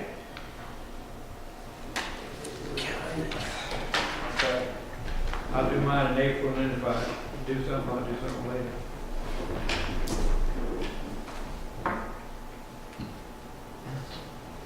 I don't have conflict. And that's pretty much the list, but I will say we met with Skip on Friday and got what is fairly much the final report for ISO moves. And I say pretty much because there's just some typographical things in there that he's gonna clean up, but the report shouldn't change, just some typographical issues, and so we'll get that in front of y'all in February. Have that discussion. It's taking a lot longer than you thought it was, but It did, and I think there's some changing things within ISO that's necessitated a bit of that, but at least what I've been told. But it did take longer than the original time schedule. And we've changed ships from what I originally told y'all too, so I mean, there is a different plan that he presented in the final. Not with the buildings, but with the delivery. In other words, the hose light truck he's recommending we not do that now, we do it all with tankers and the shuttles. We used to get reports on travel expenditures, and I haven't seen one. Is there a reason? Yeah, changing personnel. When Karen went to Goshen, it just got forgotten about. I mentioned Fiona the other day, she was gonna pull one together. She has one? We can email it. Yeah, we'll get it out to you. I apologize. It's just when Karen left, I think it was one of those things that fell through the cracks. So we'll pick that back up and get it together. And what do you want us to do with this proposed 2014-15 road resurfacing with? Probably back 2.5 million. Where's that? That was like a, Pick the ones with. that was a loaded question. You want this by next meeting? Be nice. We need to get it out. Because we need to get it out for bid, so we can be ready for spring. Yeah, because it'll take 30 days of advertising, and it has to come to y'all and so forth. It takes 90, 120 days to actually get the contract. Does anybody have any questions? what was that? What if, can y'all prioritize it first based on what you think needs are? They're all bad. They're all bad. They're all needed. I would prioritize based on safety. I mean, I can tell you right now, Honey Ridge Road is still one that I be pushing for. What was that on there? That's the reason I asked if there was a reason how these were listed. And cost, as far as what we need to do, to get more done. But talk about what needs it, right down Goshen Road, because it's getting to the, I don't know, I'm just, I I'm think- excited to sell that access there on Honey Ridge Road, that little bridge, or whatever that is. On Honey Ridge? yeah, but this is not widening it. It's 2 foot. I mean, it's not widening that bridge. Not in these numbers, but if you look in the short-term work program, it doesn't specifically say it, but there's $176,000, I believe, The bridge, for drainage that we can spend somewhere on drainage. I would suggest that y'all use a portion of that for that, to widen that culvert that's on Honey Ridge. Dangerous area there. it's bad. We would do it in conjunction with this, but it would be, you're exactly right, it'd be a separate pot of money in the short-term work program to come out of the drainage sector. Culvert suffice there rather than a bridge? You know, that's a great question. Jerry's been a couple times where the water's been up so high, nobody's wanted to jump in there as cold as it's been. We don't really know what it is. We don't know if it's a culvert or a pipe, but it's either a box culvert or a round pipe. So depending on what it is, we can extend it if it's a pipe, if it's a culvert, we'll have to get somebody else. I'm pretty sure it's 48-inch pipe. I think so too. And I hope so, because we can do that ourselves. We can just put a joint on either side and get 8 feet more. Just, so we don't have to go get wetland permits and all. Oh, I didn't mention that. But yeah, we would do that with the drainage monies that are in there. We would use it to extend it, put some wing walls on there, backfill. And then this money would be the payment. That Long Bridge Road, it's been selling for a long time. It's getting bad, just before you get to the little restaurant there on the right. It is getting bad. It is.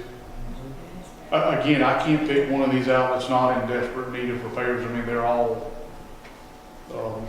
fairly That's bad, it makes your car really. Well, you probably better. And like Long Bridge has got that one section that's really bad. It's really bad. There's, what's the other one? Problem is, I could put $5 million more with this and not scratch the surface of what needs to be done. Oliver Kildare has a big section in it that's really bad off to one side. Yeah, I had somebody call me about that. Log Landing's got the section between 21 and the bridge. It's nearly falling apart. It has been for years. I mean, again, I can't pick one of these out. We were gonna do that one time and they were too high on it, so It we. was a change over to the decel lane, that's right, and then it Took was it too off, high. we do it cheaper. We should Yes. have, let them do it. Yes, sir. But anyway, So again, I got 2.5. I'll give you the ballpark. And we'll get started. But realistically, JBS is 214,000. I never would have thought you could do it for that.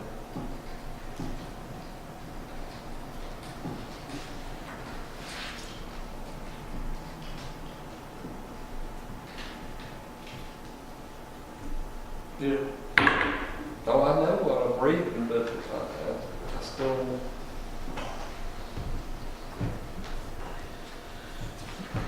Well, again, that's a 201,000, a mile because of the shoulders. Just the last resurfacing we did 3 or 4 years ago, we were 85, 90, maybe 100, depending on traffic control and the cost distance from the plant, a mile just to resurface. So, adding the shoulders adds a good bit to it. Well, I'll go right. That's all I can tell you. A lot of these roads I can't. I don't know unless they go look at them. To give you my opinion. The ones I go over all the time, I can tell you. Yep.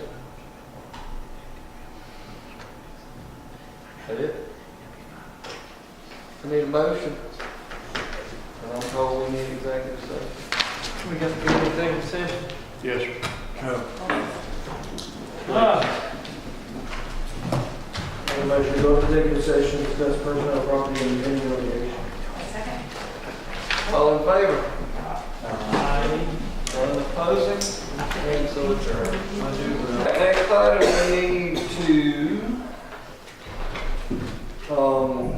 consideration to approve the January 6, 2015 executive session minute. I'll make a motion to approve. Second. Motion and a second to approve. All in favor? Aye. Any opposed? So carried. Any other business to come before this board? Give me a motion to go home. Make a motion to adjourn. Motion and a second. All in favor? Aye. All adjourned.